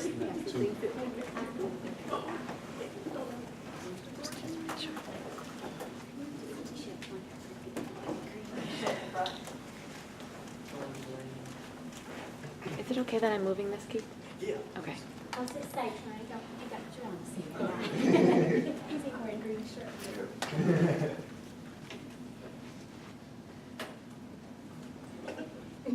Okay, control. It's basically, we start out with, it's the capacity to cause someone to choose to do what is asked regardless of the consequence. I guess so we kind of, so you're kind of making them do something that maybe they may not want to do. And then as we go on down, there's ways to have control to make them, choose, or to make them do what is asked without using the consequences. Using the power of language and relationships, you ask respectfully, firmly, and confidently. Getting them to, instead of sit down, you tell them, would you please have a seat, sit down, or take out your pencils and start writing in your journals. Let them know and be kind with it. Sometimes, as I say, you get more flies with honey than you do with vinegar. So that's power of language. The third thing said also, and they gave an example, that they want you to replace vague and judgmental commands, like be calm or sit down. They want you to say it in a way that she just described, but with specific, purposeful, useful comments. So you're not being vague and the students really actually know what you're asking them to do. Sometimes we're asking them to do things, but we're not being specific enough, and it's confusion. And some of you alluded to, they're getting in trouble for something that maybe they're doing out of confusion versus, you could have done a better job on your end with the initial command. I guess that was the last thing. The last thing was facial expressions. Communication is about 80% nonverbals. So it's a difference from saying, please, can you sit down? And saying, please, can you sit down? So you have to just be aware of, your expressions and the way that you actually say things. And how do you look when you say them? Because the student may take it the negative way. So That was great. Yes, you. One thing that stuck out to me in that section of the book is no choices are entirely neutral. And that it made me think a choice is behavior. And all behaviors are a response to a stimulus. So the control that you have in your classroom, you are the stimuli that's going to elicit the behavior, and they're gonna choose by what you offer to react, however. So I think no choices are entirely neutral is very meaningful. And one thing I noticed with all of these, we have a PBIS at our school, and a lot of these same elements go along with the PBIS. You teach the behavior. Then if they don't do the behavior the first time, the consequence is you reteach it and give them a chance to get it right before you're punishing them before you see that they've actually gotten the behavior. So it's a step, and I just, going around and reading it, I said, this puts me in the mind of PBIS. So I don't know if that's part of what they modeled from, but it works. It really does. All right, guys, let's give them I got a quick, wouldn't it help though, I mean, I think that's great and we're trying to incorporate that, but wouldn't it help if like everybody was on the same page with the stuff? I mean, it would make our job so much easier. I mean, if it's hard, it's like, I don't know, it's just. It's a mindset. Yeah, I mean, by the time when they get to me, I can tell. I mean, I'm not trying to point blame at an elementary teacher or middle school teacher, but when they get to ninth grade, I mean, I can tell who come out of what class. You had so and so, you had so and so, or you take a school like I use this example in the neighboring county my wife taught. It was a bigger school. You had 2 middle schools or 3 middle schools fed into the high school, and she could, without even asking, this child come from this school, you come from this, and it was so easy to point out where the children come from. But it's not only that, it's also school-wide. You know, if we could have all the teachers teaching the same type behaviors in our classroom, and we could have all the teachers using the same group roles, or we could, it would just be. It will make it easier. It would make it so much easier. But like you said, it's that mindset that. And when the kids come to you on a schedule like that, and they come in and we just learned the rules and procedures for Mrs. Johnson's classroom. But can you imagine the student that has multiple teachers in a day? And they're coming in this class, I need to hold up a 1 and a 2 if I want this, but in another class, I can just sharpen my pencil if I want to, but if I go to another teacher's class, no sharpening of pencils. If I don't have it ready when I walk in there, then I'm gonna pull a stick, or something's gonna happen if I don't have my materials there. And so it's almost like, we talked about language, turning on and off language sometimes from our last week's conversation. It's almost, sometimes our rules are like a complete switch. And I think part of PBIS is trying to make some things school-wide so we can have some consistency with rules and expectations. I think we also have to take into account like just summertime. I think, isn't there data that says students in low-income areas are more likely to lose content? And I imagine like they also maybe lose behaviors over the summer. So maybe they had an 8th grade teacher who did teach them these things, but over the summer I'm not sitting in the classroom, I'm outside with my friends or having a good time. And so I think that's why we have to reteach it every single year and kind of reinforce it and keep reinforcing it. Oh, and I think that's too, because I'm not saying we shouldn't seek for conformity in terms of the building, in terms of the expectation. There are certain non-negotiables that we will see. But I think that's also one of the beautiful things about public school, with that it is a reflection of the world. And in the world, you can go here and be treated differently than there. And in our buildings, there is so much diversity in the public school. There's also diversity of teaching. We could argue this, but I think it can be a good thing that our kids see that sometimes you have to change what you do depending on who you're with. And that in itself, even though we want conformity, we want there to be school-wide procedures, yes. I think to a certain degree, what you're saying can be a good thing because kids can learn, when I go here, I don't do that. I may have did it here, but I need to change, and that can be a learning tool for kids too. But sometimes we have to make that very direct. Sure. We have to tell the student, you can't act that way here in this room, but that's fine in this room. Going back to making sure that your procedures and behaviors are known for your room. We run into issues though where I'm learning because working with children and working with adults are very different yet the same. It's all in the tone, like Tremaine was saying, because if I say I understand that things are different in your social studies class than they were in my science class, and I can have a level of respect for the difference as the adult in the classroom, then the student will too. But if I have my social studies teacher who is saying, just because Ms. Cofield let you do that in her class, don't mean you finna do it in mine, which is what we've run into several times. I've run into that. I've run into situations where students were saying like, man, I can't wait to get to science. And the lady was like, I bet you can. As if to say that I just let them have a free-for-all in my room. Whereas, I just try to, give them engaging experiences where they had to sit and write and take notes and, and I'm not saying that there's anything wrong with that. But, if you're bored to death in one room and you're saying like, okay, well, what does she have for me today in the other room?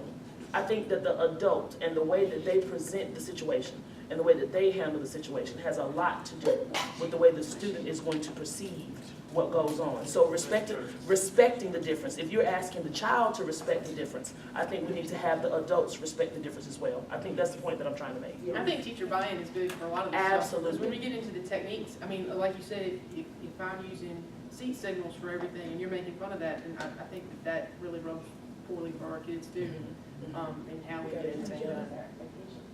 And that is having a school culture. Must have in place with that relationship. So there should be Relational undertones. trust I think and there should be a respect. difference, absolutely. But I think there should be undertones of the same things. I'm sorry, I don't want to tell you. You guys I think we're having some great conversations. I think we might have to move to the parking lot to be able to get through all the techniques. So, since Cliff's group's up here, maybe we can all stand up and give them a shout out or props, as the book's going to call it, for the lawnmower. So,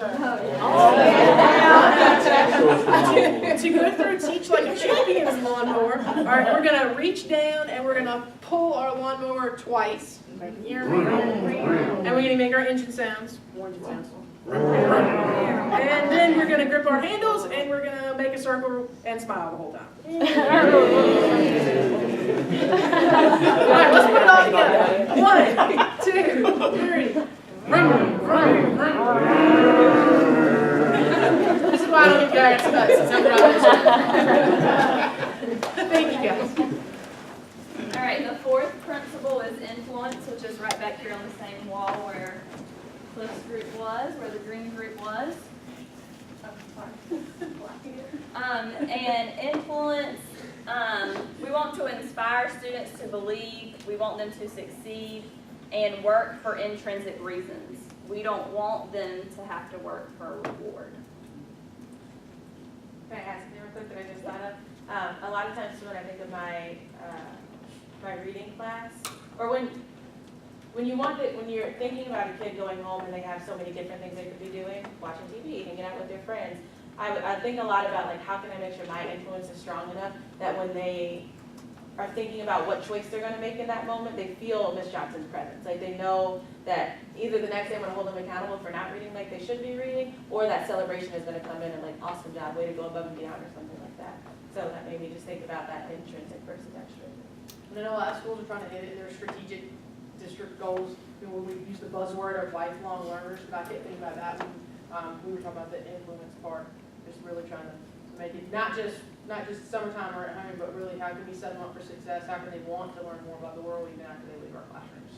And the thing that jumped out to me the most was that control is kind of like getting them to do something because you've told them to do it, whereas influence is your students want to do something because they want to do it and they want to learn and they want to improve themselves. In our second bullet, they gave examples, but getting students to internalize the things that you suggest. So having them thinking of you when they do something.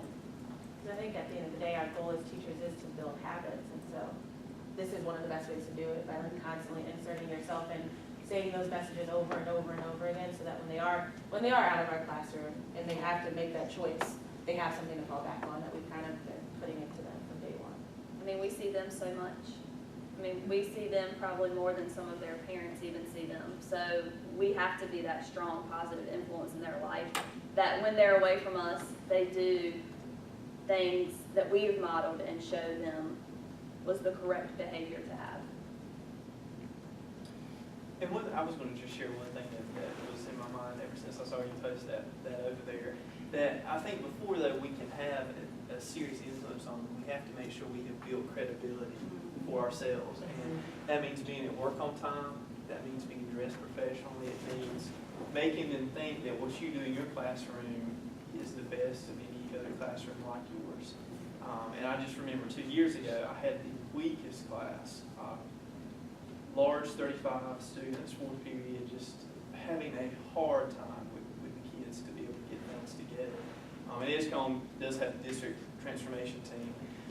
And we would have coaches in our building, and I asked some of the coaches to come into my room and just kind of be present, maybe talk to kids, just very informally. And I told my kids that people from the state were coming to observe us because we had done so well. And I told a friend of mine this, and she was like, well, yeah, you lied to them. And I kind of felt guilty, so I may have been wrong in this. But I told them that they were, like, we had done so well that people were coming to watch us. And I would go and I would have our principals, like, I would on the morning say, can you just come and walk around in my room a couple of minutes this afternoon? And they would come, and I would tell the kids, okay, somebody's coming this afternoon, we got to do it. And I know that sounds very elementary, but it worked. And the kids felt like, oh my God, what we are doing must be pretty serious. Like, people are coming to watch us. Now, maybe I shouldn't have lied to them like that, but at the time it seemed like an appropriate thing to do. But at a point, you do want kids to think that you have credibility, like you are, you know, a legitimate professional, and that has to be there before kids will take you seriously enough for you to be influential on them. I think that credibility too comes from these other posters, right? Like, if you teach them the behaviors you want them to do, and then you hold them accountable for those behaviors, I think a lot of students will be like, oh, like, this person expects this of me, and they make sure I do this, and like, I'm gonna, like, I get some respect for them now. And it piggybacks off last week's about not apologizing for what we teach. I mean, we can't, if it's just the end of the day is to do well in the test, then, well, they're not gonna be lifelong learners because the test is done. But if we can put, like, I don't know, I'm seeing the whole book like come together. Like, if we really can do these things, I mean, like, look what our schools could do. All right, we're gonna give this group a red pepper. You're gonna hold a spicy pepper up, and you're gonna go.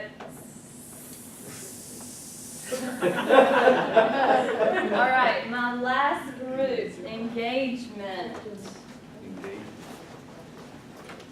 Our blue group. The blue group that was the one that you all love.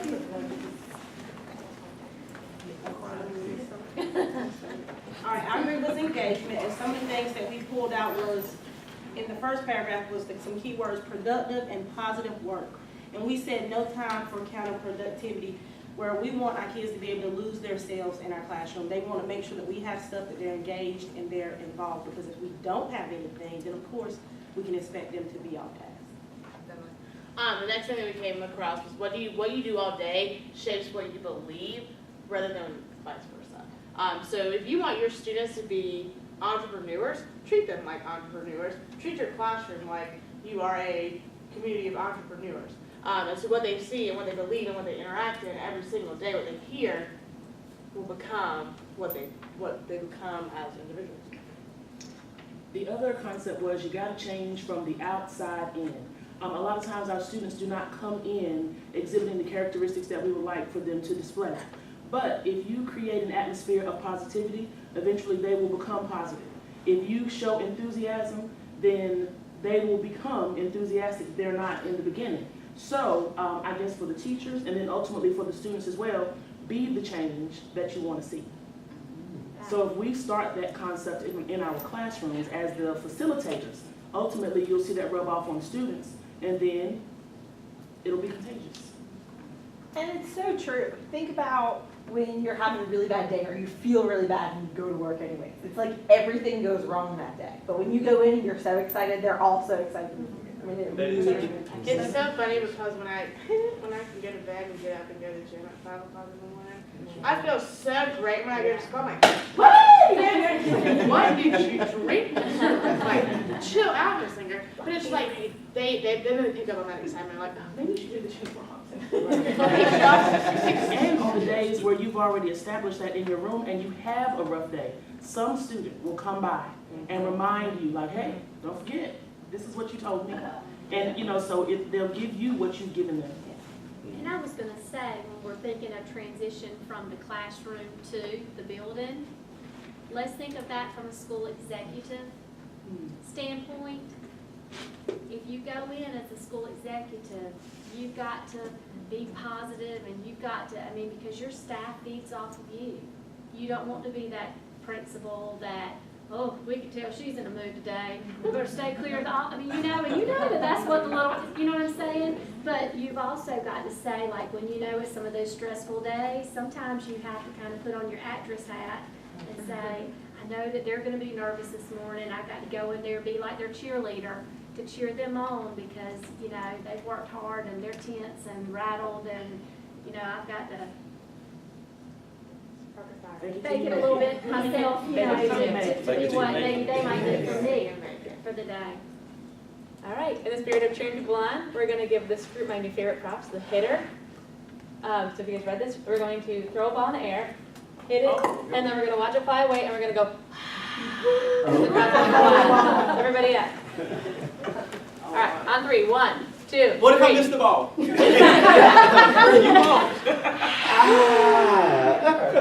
Be positive.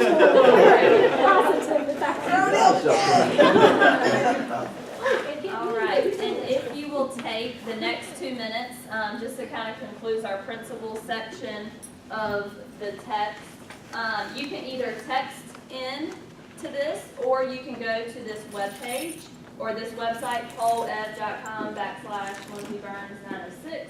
And we would like for you to answer the question, while all the principles of classroom culture are important, which do you feel is the most important in your classroom culture and why? So you can use your cell phones and send a text message and or laptop.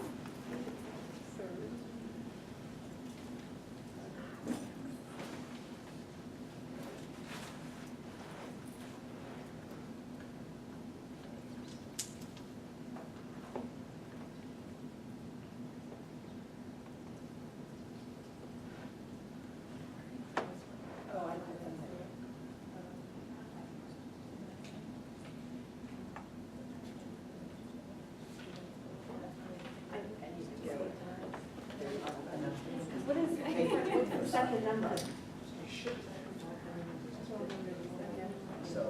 What? I think I did it wrong. Yes, you have to. Yeah. I'm typing the second number in. That's the one I send it to, not the first number. And then I text that, and then I ask you for something. No, you shouldn't have to. You should just be able to.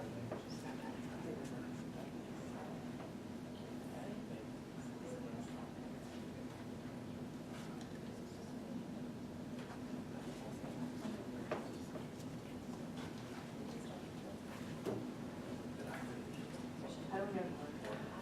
It should Oh, probably. say, well, here.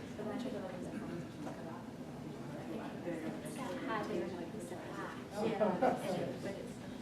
She's gonna refresh. Okay. Wait a minute, text, so you text the Number and and your message. You have to do it and the message, yeah.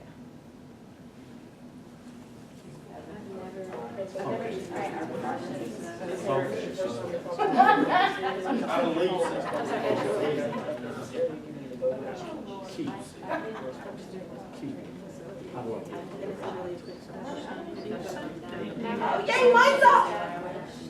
He came up on here, on the computer. I just texted it. Okay. Okay, so I just went to think, and the second number, okay, so 37607. Do that, and then you do in your last name, your number and your word.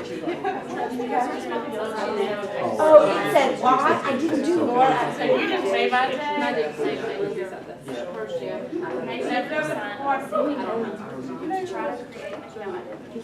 Oh, it's It's a little bit. Maybe if I just get my email. Yeah, keep this explained. Hey guys, the internet option's not going to work. It looks like we did not turn that on, but if you text it, the text will work. Oh, I didn't turn it on. Yeah, we have to keep track of these. Yeah, it's somebody.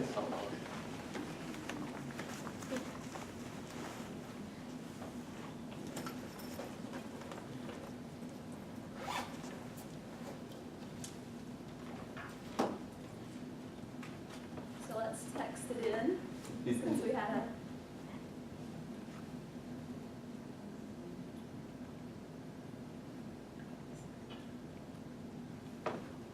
So cool. I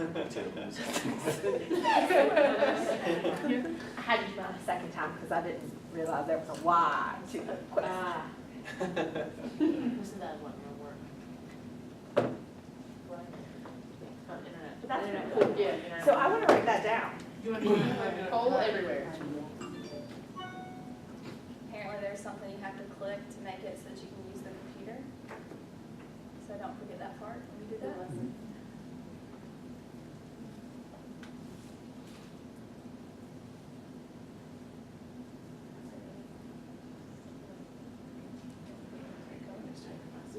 Why don't we, does everybody have the numbers in their phone if they're planning on texting in, haven't done it yet?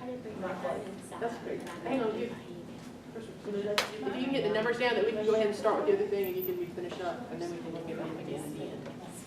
So you're gonna type in the 35677 number and then your message behind it. Yeah, I'm eligible for these tonight.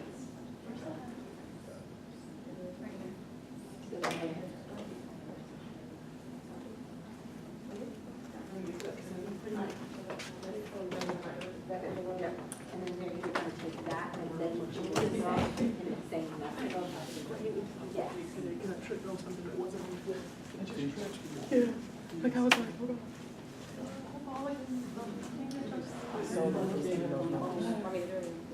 All right, so we are gonna just start talking about some of the specific techniques.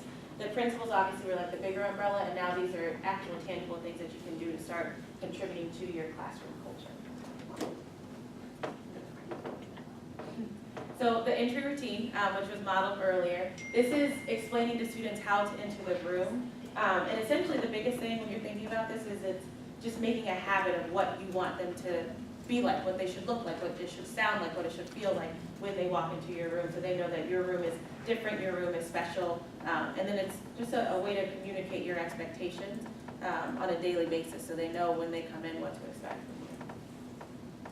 When they come in, they should know exactly where to get any materials that they have. In my classroom, I have a bunch of, we call them mailboxes, but we have those little trays where I put all the kids' papers every day so they know to go there first and sit down. They should know where to sit, what to do with their homework, how to copy homework out if they need to do that, where to find the do nows and all of that, and then actually how to get started on it. So that's all a part of the introduction.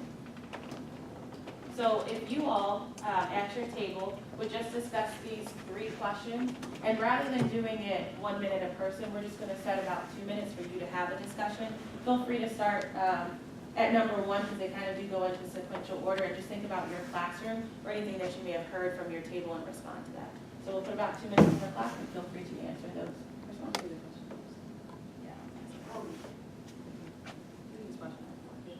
All right. There.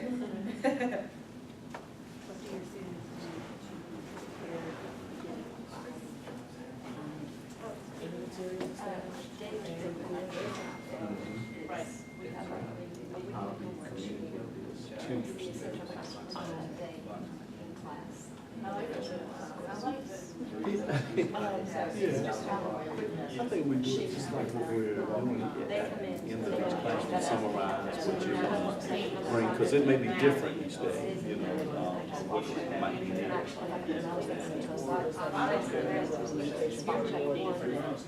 That's right.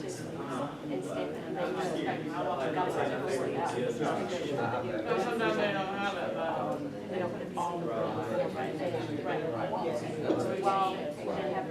And the last question is, communication is effective. Now, I think it goes back to, just like the presentation, we're being intentional about some things like, you know, just thinking about personalities. Like the stand sheet just for homework, or you do it for Audio homework, personalities. they did their do now, they do their. ways Stay in that the they group. can communicate. I used So to. I would say communication is growing to be more effective. I did something similar to that, I gave them all the participation grade a week based on their standards. So they completed their homework every night, they came in and did their bell ringer, they came in and participated in the group, or took notes like they were supposed to, and worked on their independent work, they got to stand for those things, they had up to 200 points. That was like a physical, if they could see.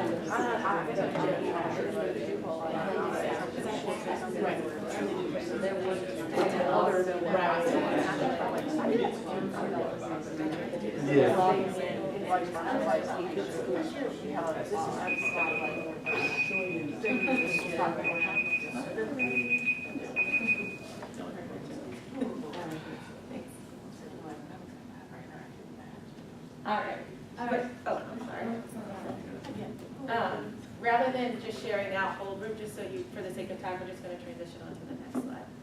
So the next technique is the do now. I think most of us are aware of this. I think many of us already use these. But what I learned while reading this was some specific examples of what makes a do now very effective. So a do now is very short. They must be posted in the same place every day. Obviously, it's not, students are getting confused, and that gives them those excuses. So if you have that consistent do now each day, it allows you to be clear about what you want from them, and it eliminates all excuses from students. So the characteristics of criteria that the book gives us, that it must be able for students to complete it without direction from the teacher. It should be no more than 5 minutes long. It requires actually putting a pencil to paper. That's that accountability, so you can actually see that they are completing it and they know that they must do this. And finally, it should preview the day's lesson. So we're going to look at some different do-nows and to see whether or not you guys think it's effective. So for the following ones that we show, if you just give up a thumbs up or a thumbs down based on whether or not you think it's effective or ineffective. So for the first one, take a look at that.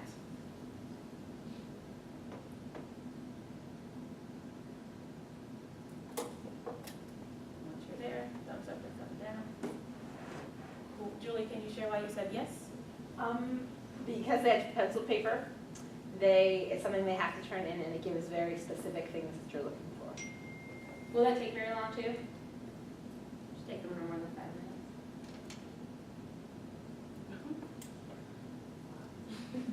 Resounding no. Billy, why do you feel like that's ineffective? Well, it's a long stretch, it's have to figure that some of us, teachers not doing any teaching. Yeah, it's like that in class.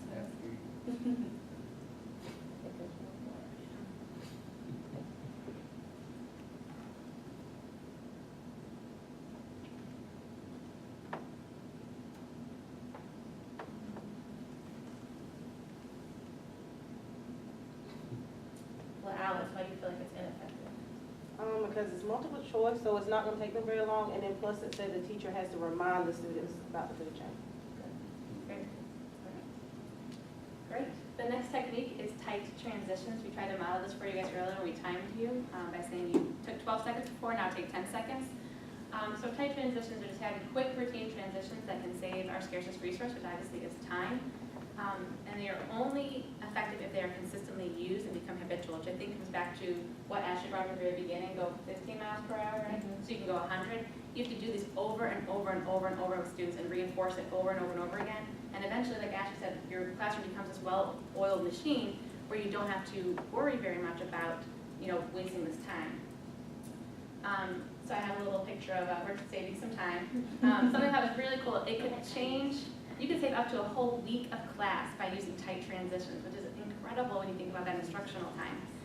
The other piece that jumped out to me is, this is so true, if you don't have those tight transitions and you can't get to that closing part of your class, that is a wasted, nearly class period. If you can't come full circle and help students understand, like, here's what we learned today, here's why we learned it, and let's reflect on it for a moment, they might not leave really thinking about how important that lesson was today or how important that objective was today. Some of the strategies that the book gives was to scaffold or number the steps, so be very specific, just like when Ashley earlier kind of gave me those directions. Stand up, tuck your chair, and stand behind your chair, face the door, walk out. So by giving those specific steps, you could also number them. Number 1, when I say 1, you will stand up behind your chair. When I say 2, you will face the door, and so on and so forth. He also brought up point-to-point movement or walking. So I think about teachers who transition, maybe going to a computer lab or taking your students outside. saying to them, walk to the end of the hallway, stop, and then you move forward. Okay, walk to this point, stop. That way you're not gonna waste any time trying to catch up to students or get students who are way down the hall or in the bathroom or anything like that. Practice transitions against the clock. If you guys have noticed, we've been timing quite a few things today. Just like when we timed the transition earlier again. And then finally, there's one teacher who sings the transitions. I can't really relate to that very much. Maybe some elementary school kids or teachers can. But you can also have kids singing as they move, which sounds like a ton of fun, actually.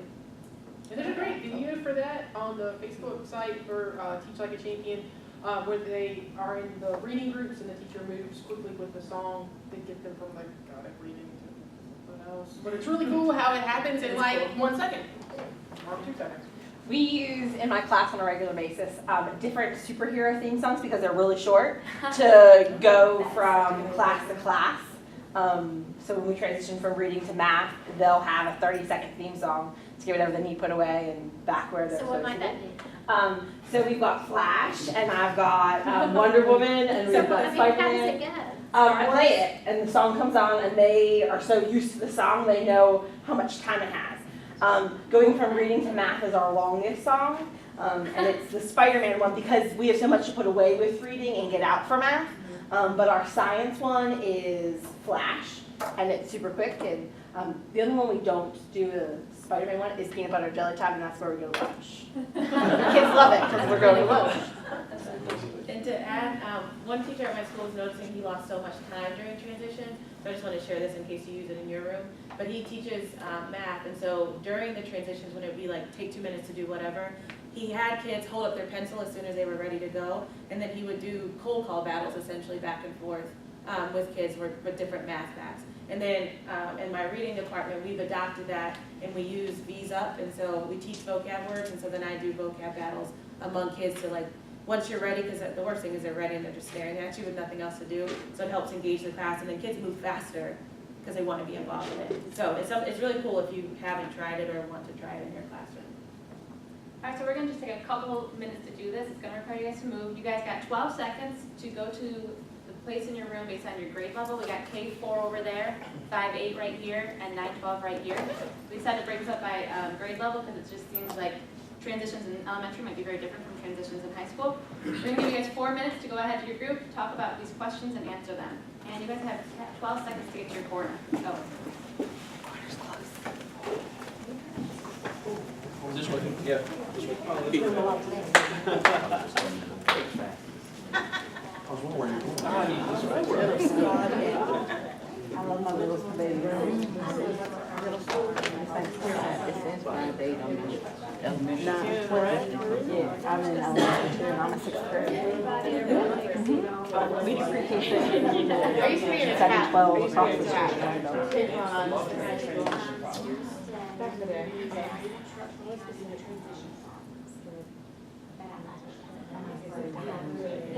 Yeah, talk about that. Oh, okay.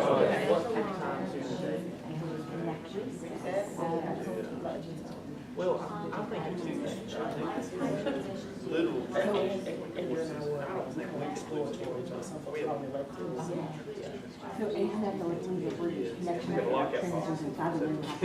there. They're lost. So we have nothing else they can do. But I do have friends that transitions sometimes. 5, 6, 7, 8 minutes. That is a lot.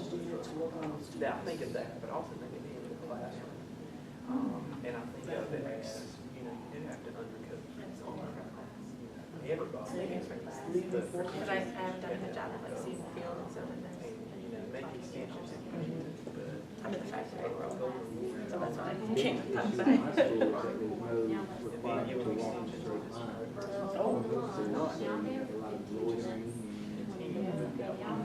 Not loitering, just bumping into each other. That's what middle school kids do. So that's school-wide for us. It's really just we don't gather.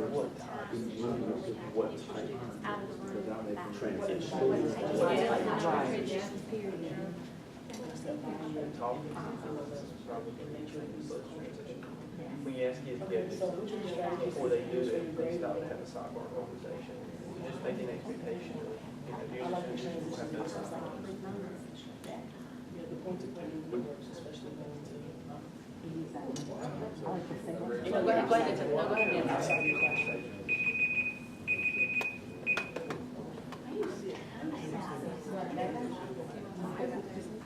So you guys finish your conversations, or you like another? All right, yep, everybody back to your seats. You guys have 10 seconds this time. You made it in 12 before, you got 10 now.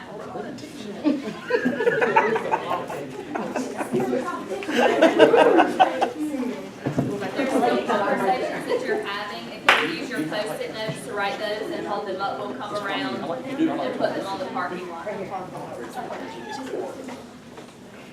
Okay, so there is a video. It's Doug McCurry, who I think was quoted earlier by the discipline group.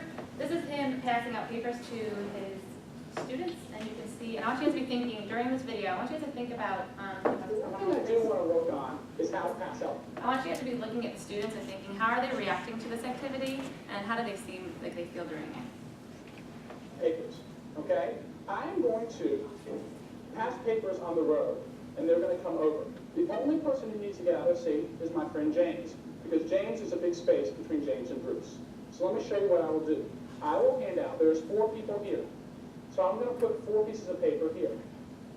Denzel will take one, and he'll hand the other stack to James. James will put one down, and James will quietly go to Bruce. Bruce will take one, and he'll quietly give it to his friend, Mr. Sanford. It's an excellent job. It's exactly what happened. 12 seconds. Back into 10.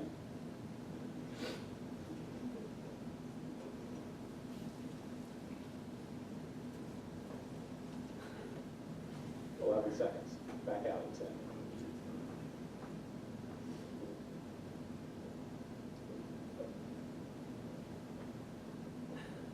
Back in 8.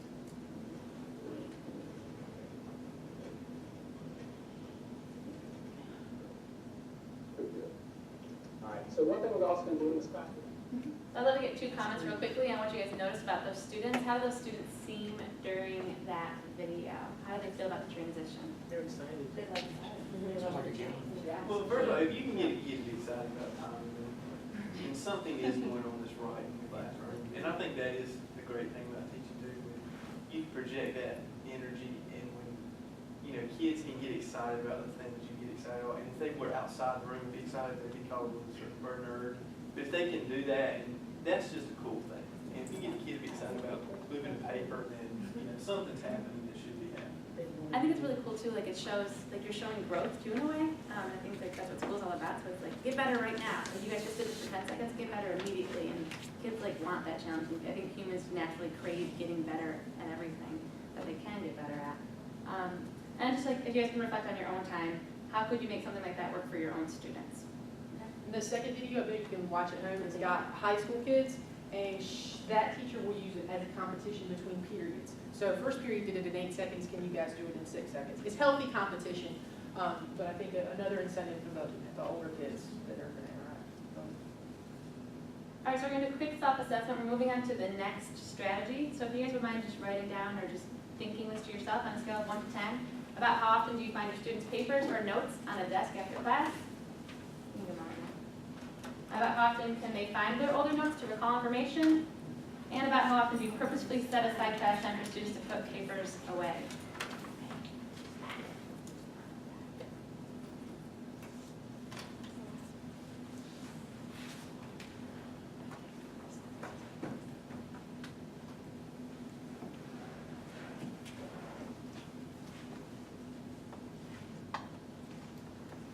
So I'm going to be very honest with you guys right now. This is by far one of my weaknesses. I find students' paper on a desk almost every single day, and I think it's because I also failed to do number 3, which is purposely setting time aside for them to put their papers away. This is definitely something that I need to try to improve on this coming school year. And so this comes down to binder control, and this quote really stuck out for me. I want you to read the quote out. Care enough about and demonstrate the importance of what you teach to build a system for the storage, organization, and recall of what your students have learned. So I love that idea that like it's not just learning about how to be organized people, it's learning what we are learning in this classroom. Math 1 is so important that we have to be able to get up to all of it whenever we want. It's so important we have to keep it in an organized way. And I just think that's such an interesting idea, and how powerful that could be for students to hear that, like, and motivational it could be for them to do that. So some of the key components of binder control Have a required place for notes and a required binder that could stay in the room, and preferably you provide the binder for your students. Also have a required method for organizing those papers, so you can number your pages. I think Julie's going to share a binder with you guys in a moment that has it organized by units and so on and so forth. And then finally, purposely, like I said at the beginning, take that time to say to students, take this paper and put it in this place right now, and give them like 1 minute or 2 minutes to get that organization done. And so they kind of learn to recognize that this is a very, very important thing that we need to be doing right now. All right, I've got 2 examples. The first one is from my AP 11 class, in which case I give them a binder at the beginning of the year for the entire course. And so it's got all my units in it, the pages are numbered, and then there are places in here for them to intentionally take notes. So if you flip through it, like for my unit 1 page, it would look like I wasted a tree, because all it said when I gave it to them was Unit 1, the American Dream. And then they would use the front of the page and then the back of the page to write their notes for the whole unit, like overall topic, as we trace that theme throughout the works on this. And then the works that we have right here so that they can annotate right there. And so probably breaking some copyright laws, but it's nice to be able to have everything right there. And then they can always add to it if they need to. When I was getting my master's in reading, we worked with, they were 4th and 5th graders, and so we did our reading notebooks. And so we set those up at the beginning, and I have a lot of stuff that's glued in, so we would take a little time to work on that. Either I glue it in or they do it. And then I use the tab. So there was one for their thinking about the books that they read. There was a section where they self-selected vocabulary, so wonderful words. There was an author genre focus, and then they had book club notes for where they took, on their literature circles, they took notes, and then I could check that. So sort of 2 options at 2 different grade levels. And at my high school for math, I did the exact same thing with her composition notebook, and me and my English teacher actually do it together, but we glue in things. But I found these really awesome graph paper notebooks, and so when I asked them to draw tables or graphs, it's really easy for them to do it right here, and then theirs are labeled by the unit that we're working on and different investigations. And then this is just one from my class, and we do a unit at the very beginning where we set goals, and so they always keep their goal book in the front to reference after they take benchmarks and things like that. And then I just organize mine differently by do now, classwork, homework, resources, and their graded assignments. And something to make this fun, and this is probably more for elementary school, I don't know if this would be applicable to high school, but at the beginning of the year we call it clipping, and it's a competition to get the entire class to open their binder at the same time and close their binder at the same time. So it's very organized, and we literally spend time teaching it. And then they just love, it makes that, we call our students a pride, so it makes it the one pride, one sound, and they get so into it, like, oh, let's all do it at one time, and then the one person who messes up, they don't feel bad, but it just has that positive peer pressure, and it makes a transition very quickly. So that's something that can be used in your room too. All right, I've got the last 4 techniques, and we're going to go a little bit quicker than we planned because we're definitely running out of time. But on this particular slide in the bottom right, if you're interested in it, it's a video about slant. It's just 1 minute long, but we're going to skip it for right now. With slant, we talked about that at orientation for NELA. But sit up, lean forward and listen, ask and answer questions, nod your head, and track the speaker. There are a couple of variations. Add an extra S and you smile. And then star, just sit up, track the speaker, ask and answer questions like a scholar, and or respect those around you.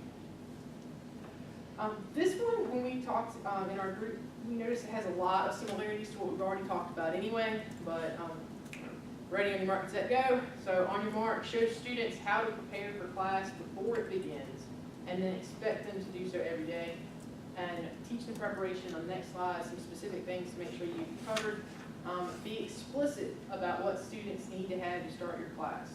Again, no assumptions. Set a time limit, as we talked about already.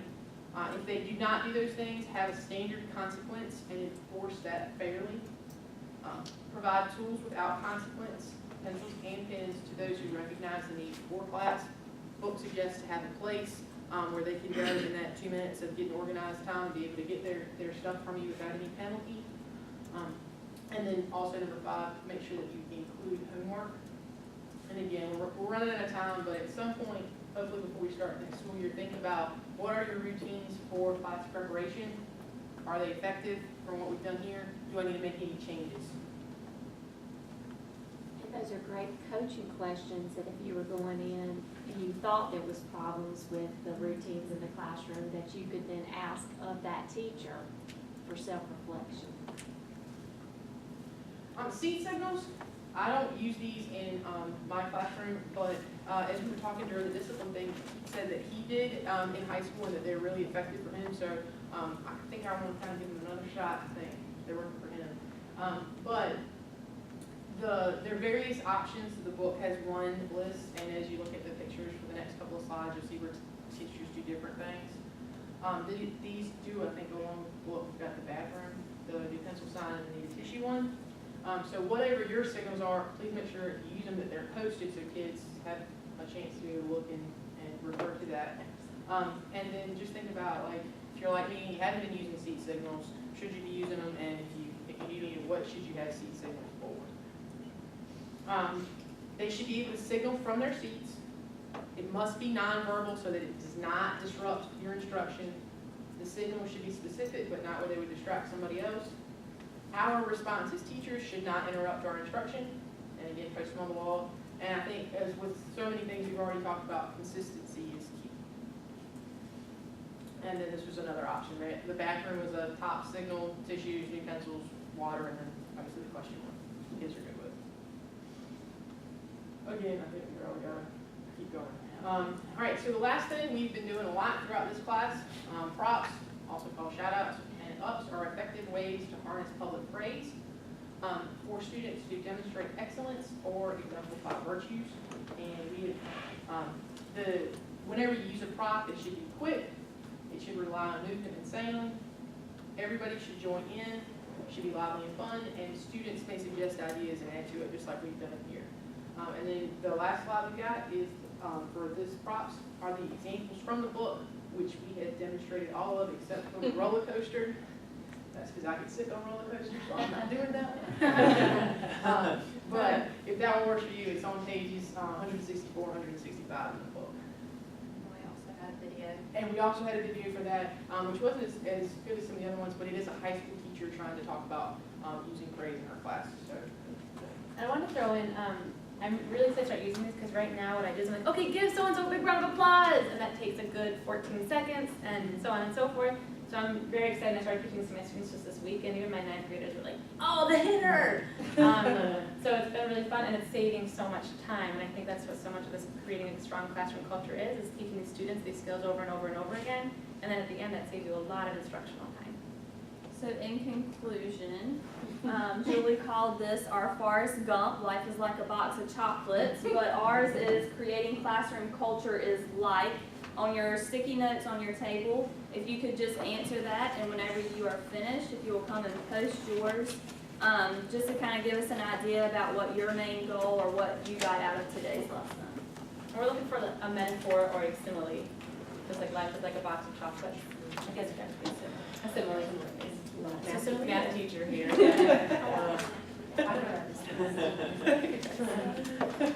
All the things is similar. Yes. There we go. So you propose, right? Yes, sir. Yep, please post them.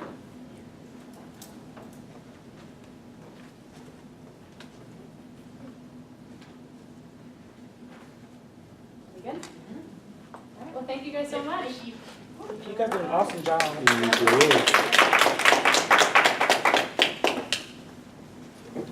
All right, Tremaine, since you're business, you gotta give us a celebration to give that group for their presentation today.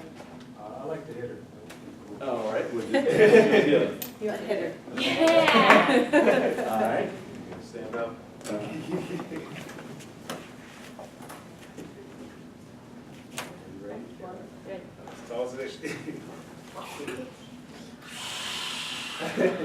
All right, good.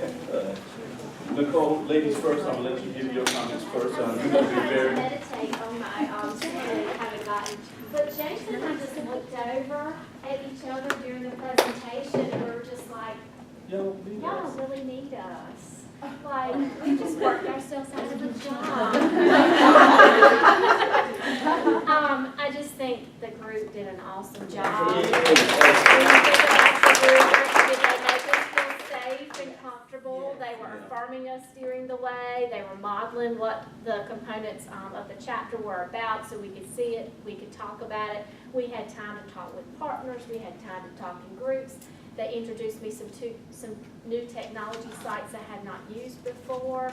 And so just lots of praise to all of you for putting that together for us and making us very engaged and using your positive influence on us. And you didn't have to use too much control because hopefully we were compliant students with you. But you do have a rubric there in front of you, and we would like to give some feedback to the teams. Just as we were going through, if you will have them share with us, we'll look over them and give them to the team. Goal could be Thursday for you. But Lindsay? I hope that I shared the PowerPoint with everybody. If you did not get it, let me know. It's on Google Drive, so I can just send it to you very easily.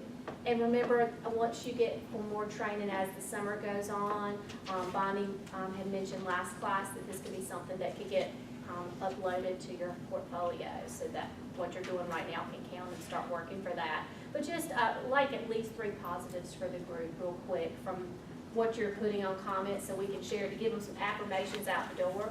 Keith? They were all so well spoken. I was very impressed with their use of language. Every one of them. They came to the groups to just kind of come by. They did something like, Ashley, I'm thinking about how when we were expected to divide up into grade levels, she came by and she gave her input. She said, yeah, because I'm middle grades myself. And, so they came to check on us when we were being engaged in the groups, our breakout sessions. And I have so many things, great things to say about them, and I'm not going to take the time to do that because we're putting the notes to share with you.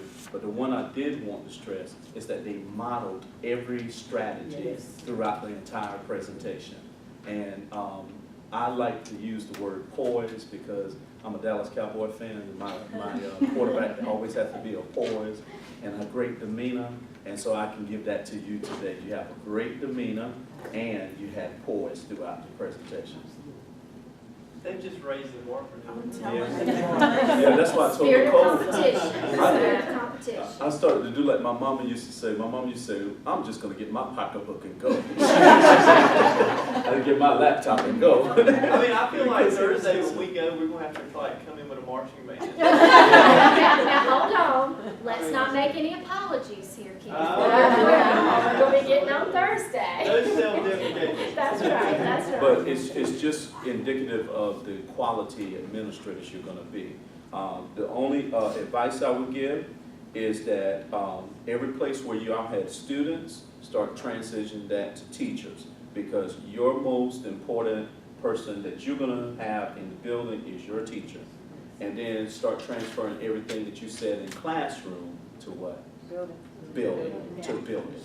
And so start transitioning that thinking, because how would you do something like this presentation that you did to get that conversation going with your teachers so that they'll have the same vision as you? And it's not easy because, again, I think you said it, you're dealing with adults. Adults are big children, but they're conniving big children sometimes. And then they have other issues going on. Kids are honest and upfront. At least they're going to give it to you, and they're going to let you know they're upset right up front. Adults are going to sit there and wink at the other friend and do other little things. So you got to find ways to intentionally start to build that kind of culture. Your heart should be the beat of that building. Just like Ashley was at the door, maybe first day of school when teachers come, you're at the door. Hey, how you doing? And all, because that's the expectation you have of them and of the students in the classroom. So everything that you're doing is going to be magnified from a classroom setting to a building setting. Okay? All right, we don't want to, because we know you have some more time. Did you have anything else? I have nothing else to say. We know Excellent job. The group doesn't need to stay that presented tonight because there's nothing more to collaborate on. If you want to have time in your group to make a connection, that's here for you. I think we have another celebration because I think I heard it was Crystal's birthday. Yesterday. Today? It's yesterday. Okay. So can we have a NELA happy birthday? We'll do traditional song. I'm not trying to replace my wonderful serenade from Vanessa by any means. But on the count of 3, 1, 2, 3. Happy birthday to you. Happy birthday to you. Happy birthday to Chris. Oh. Happy birthday to you. And she did bring some refreshments that you would like to get, some chips, dips, lemonade on the way.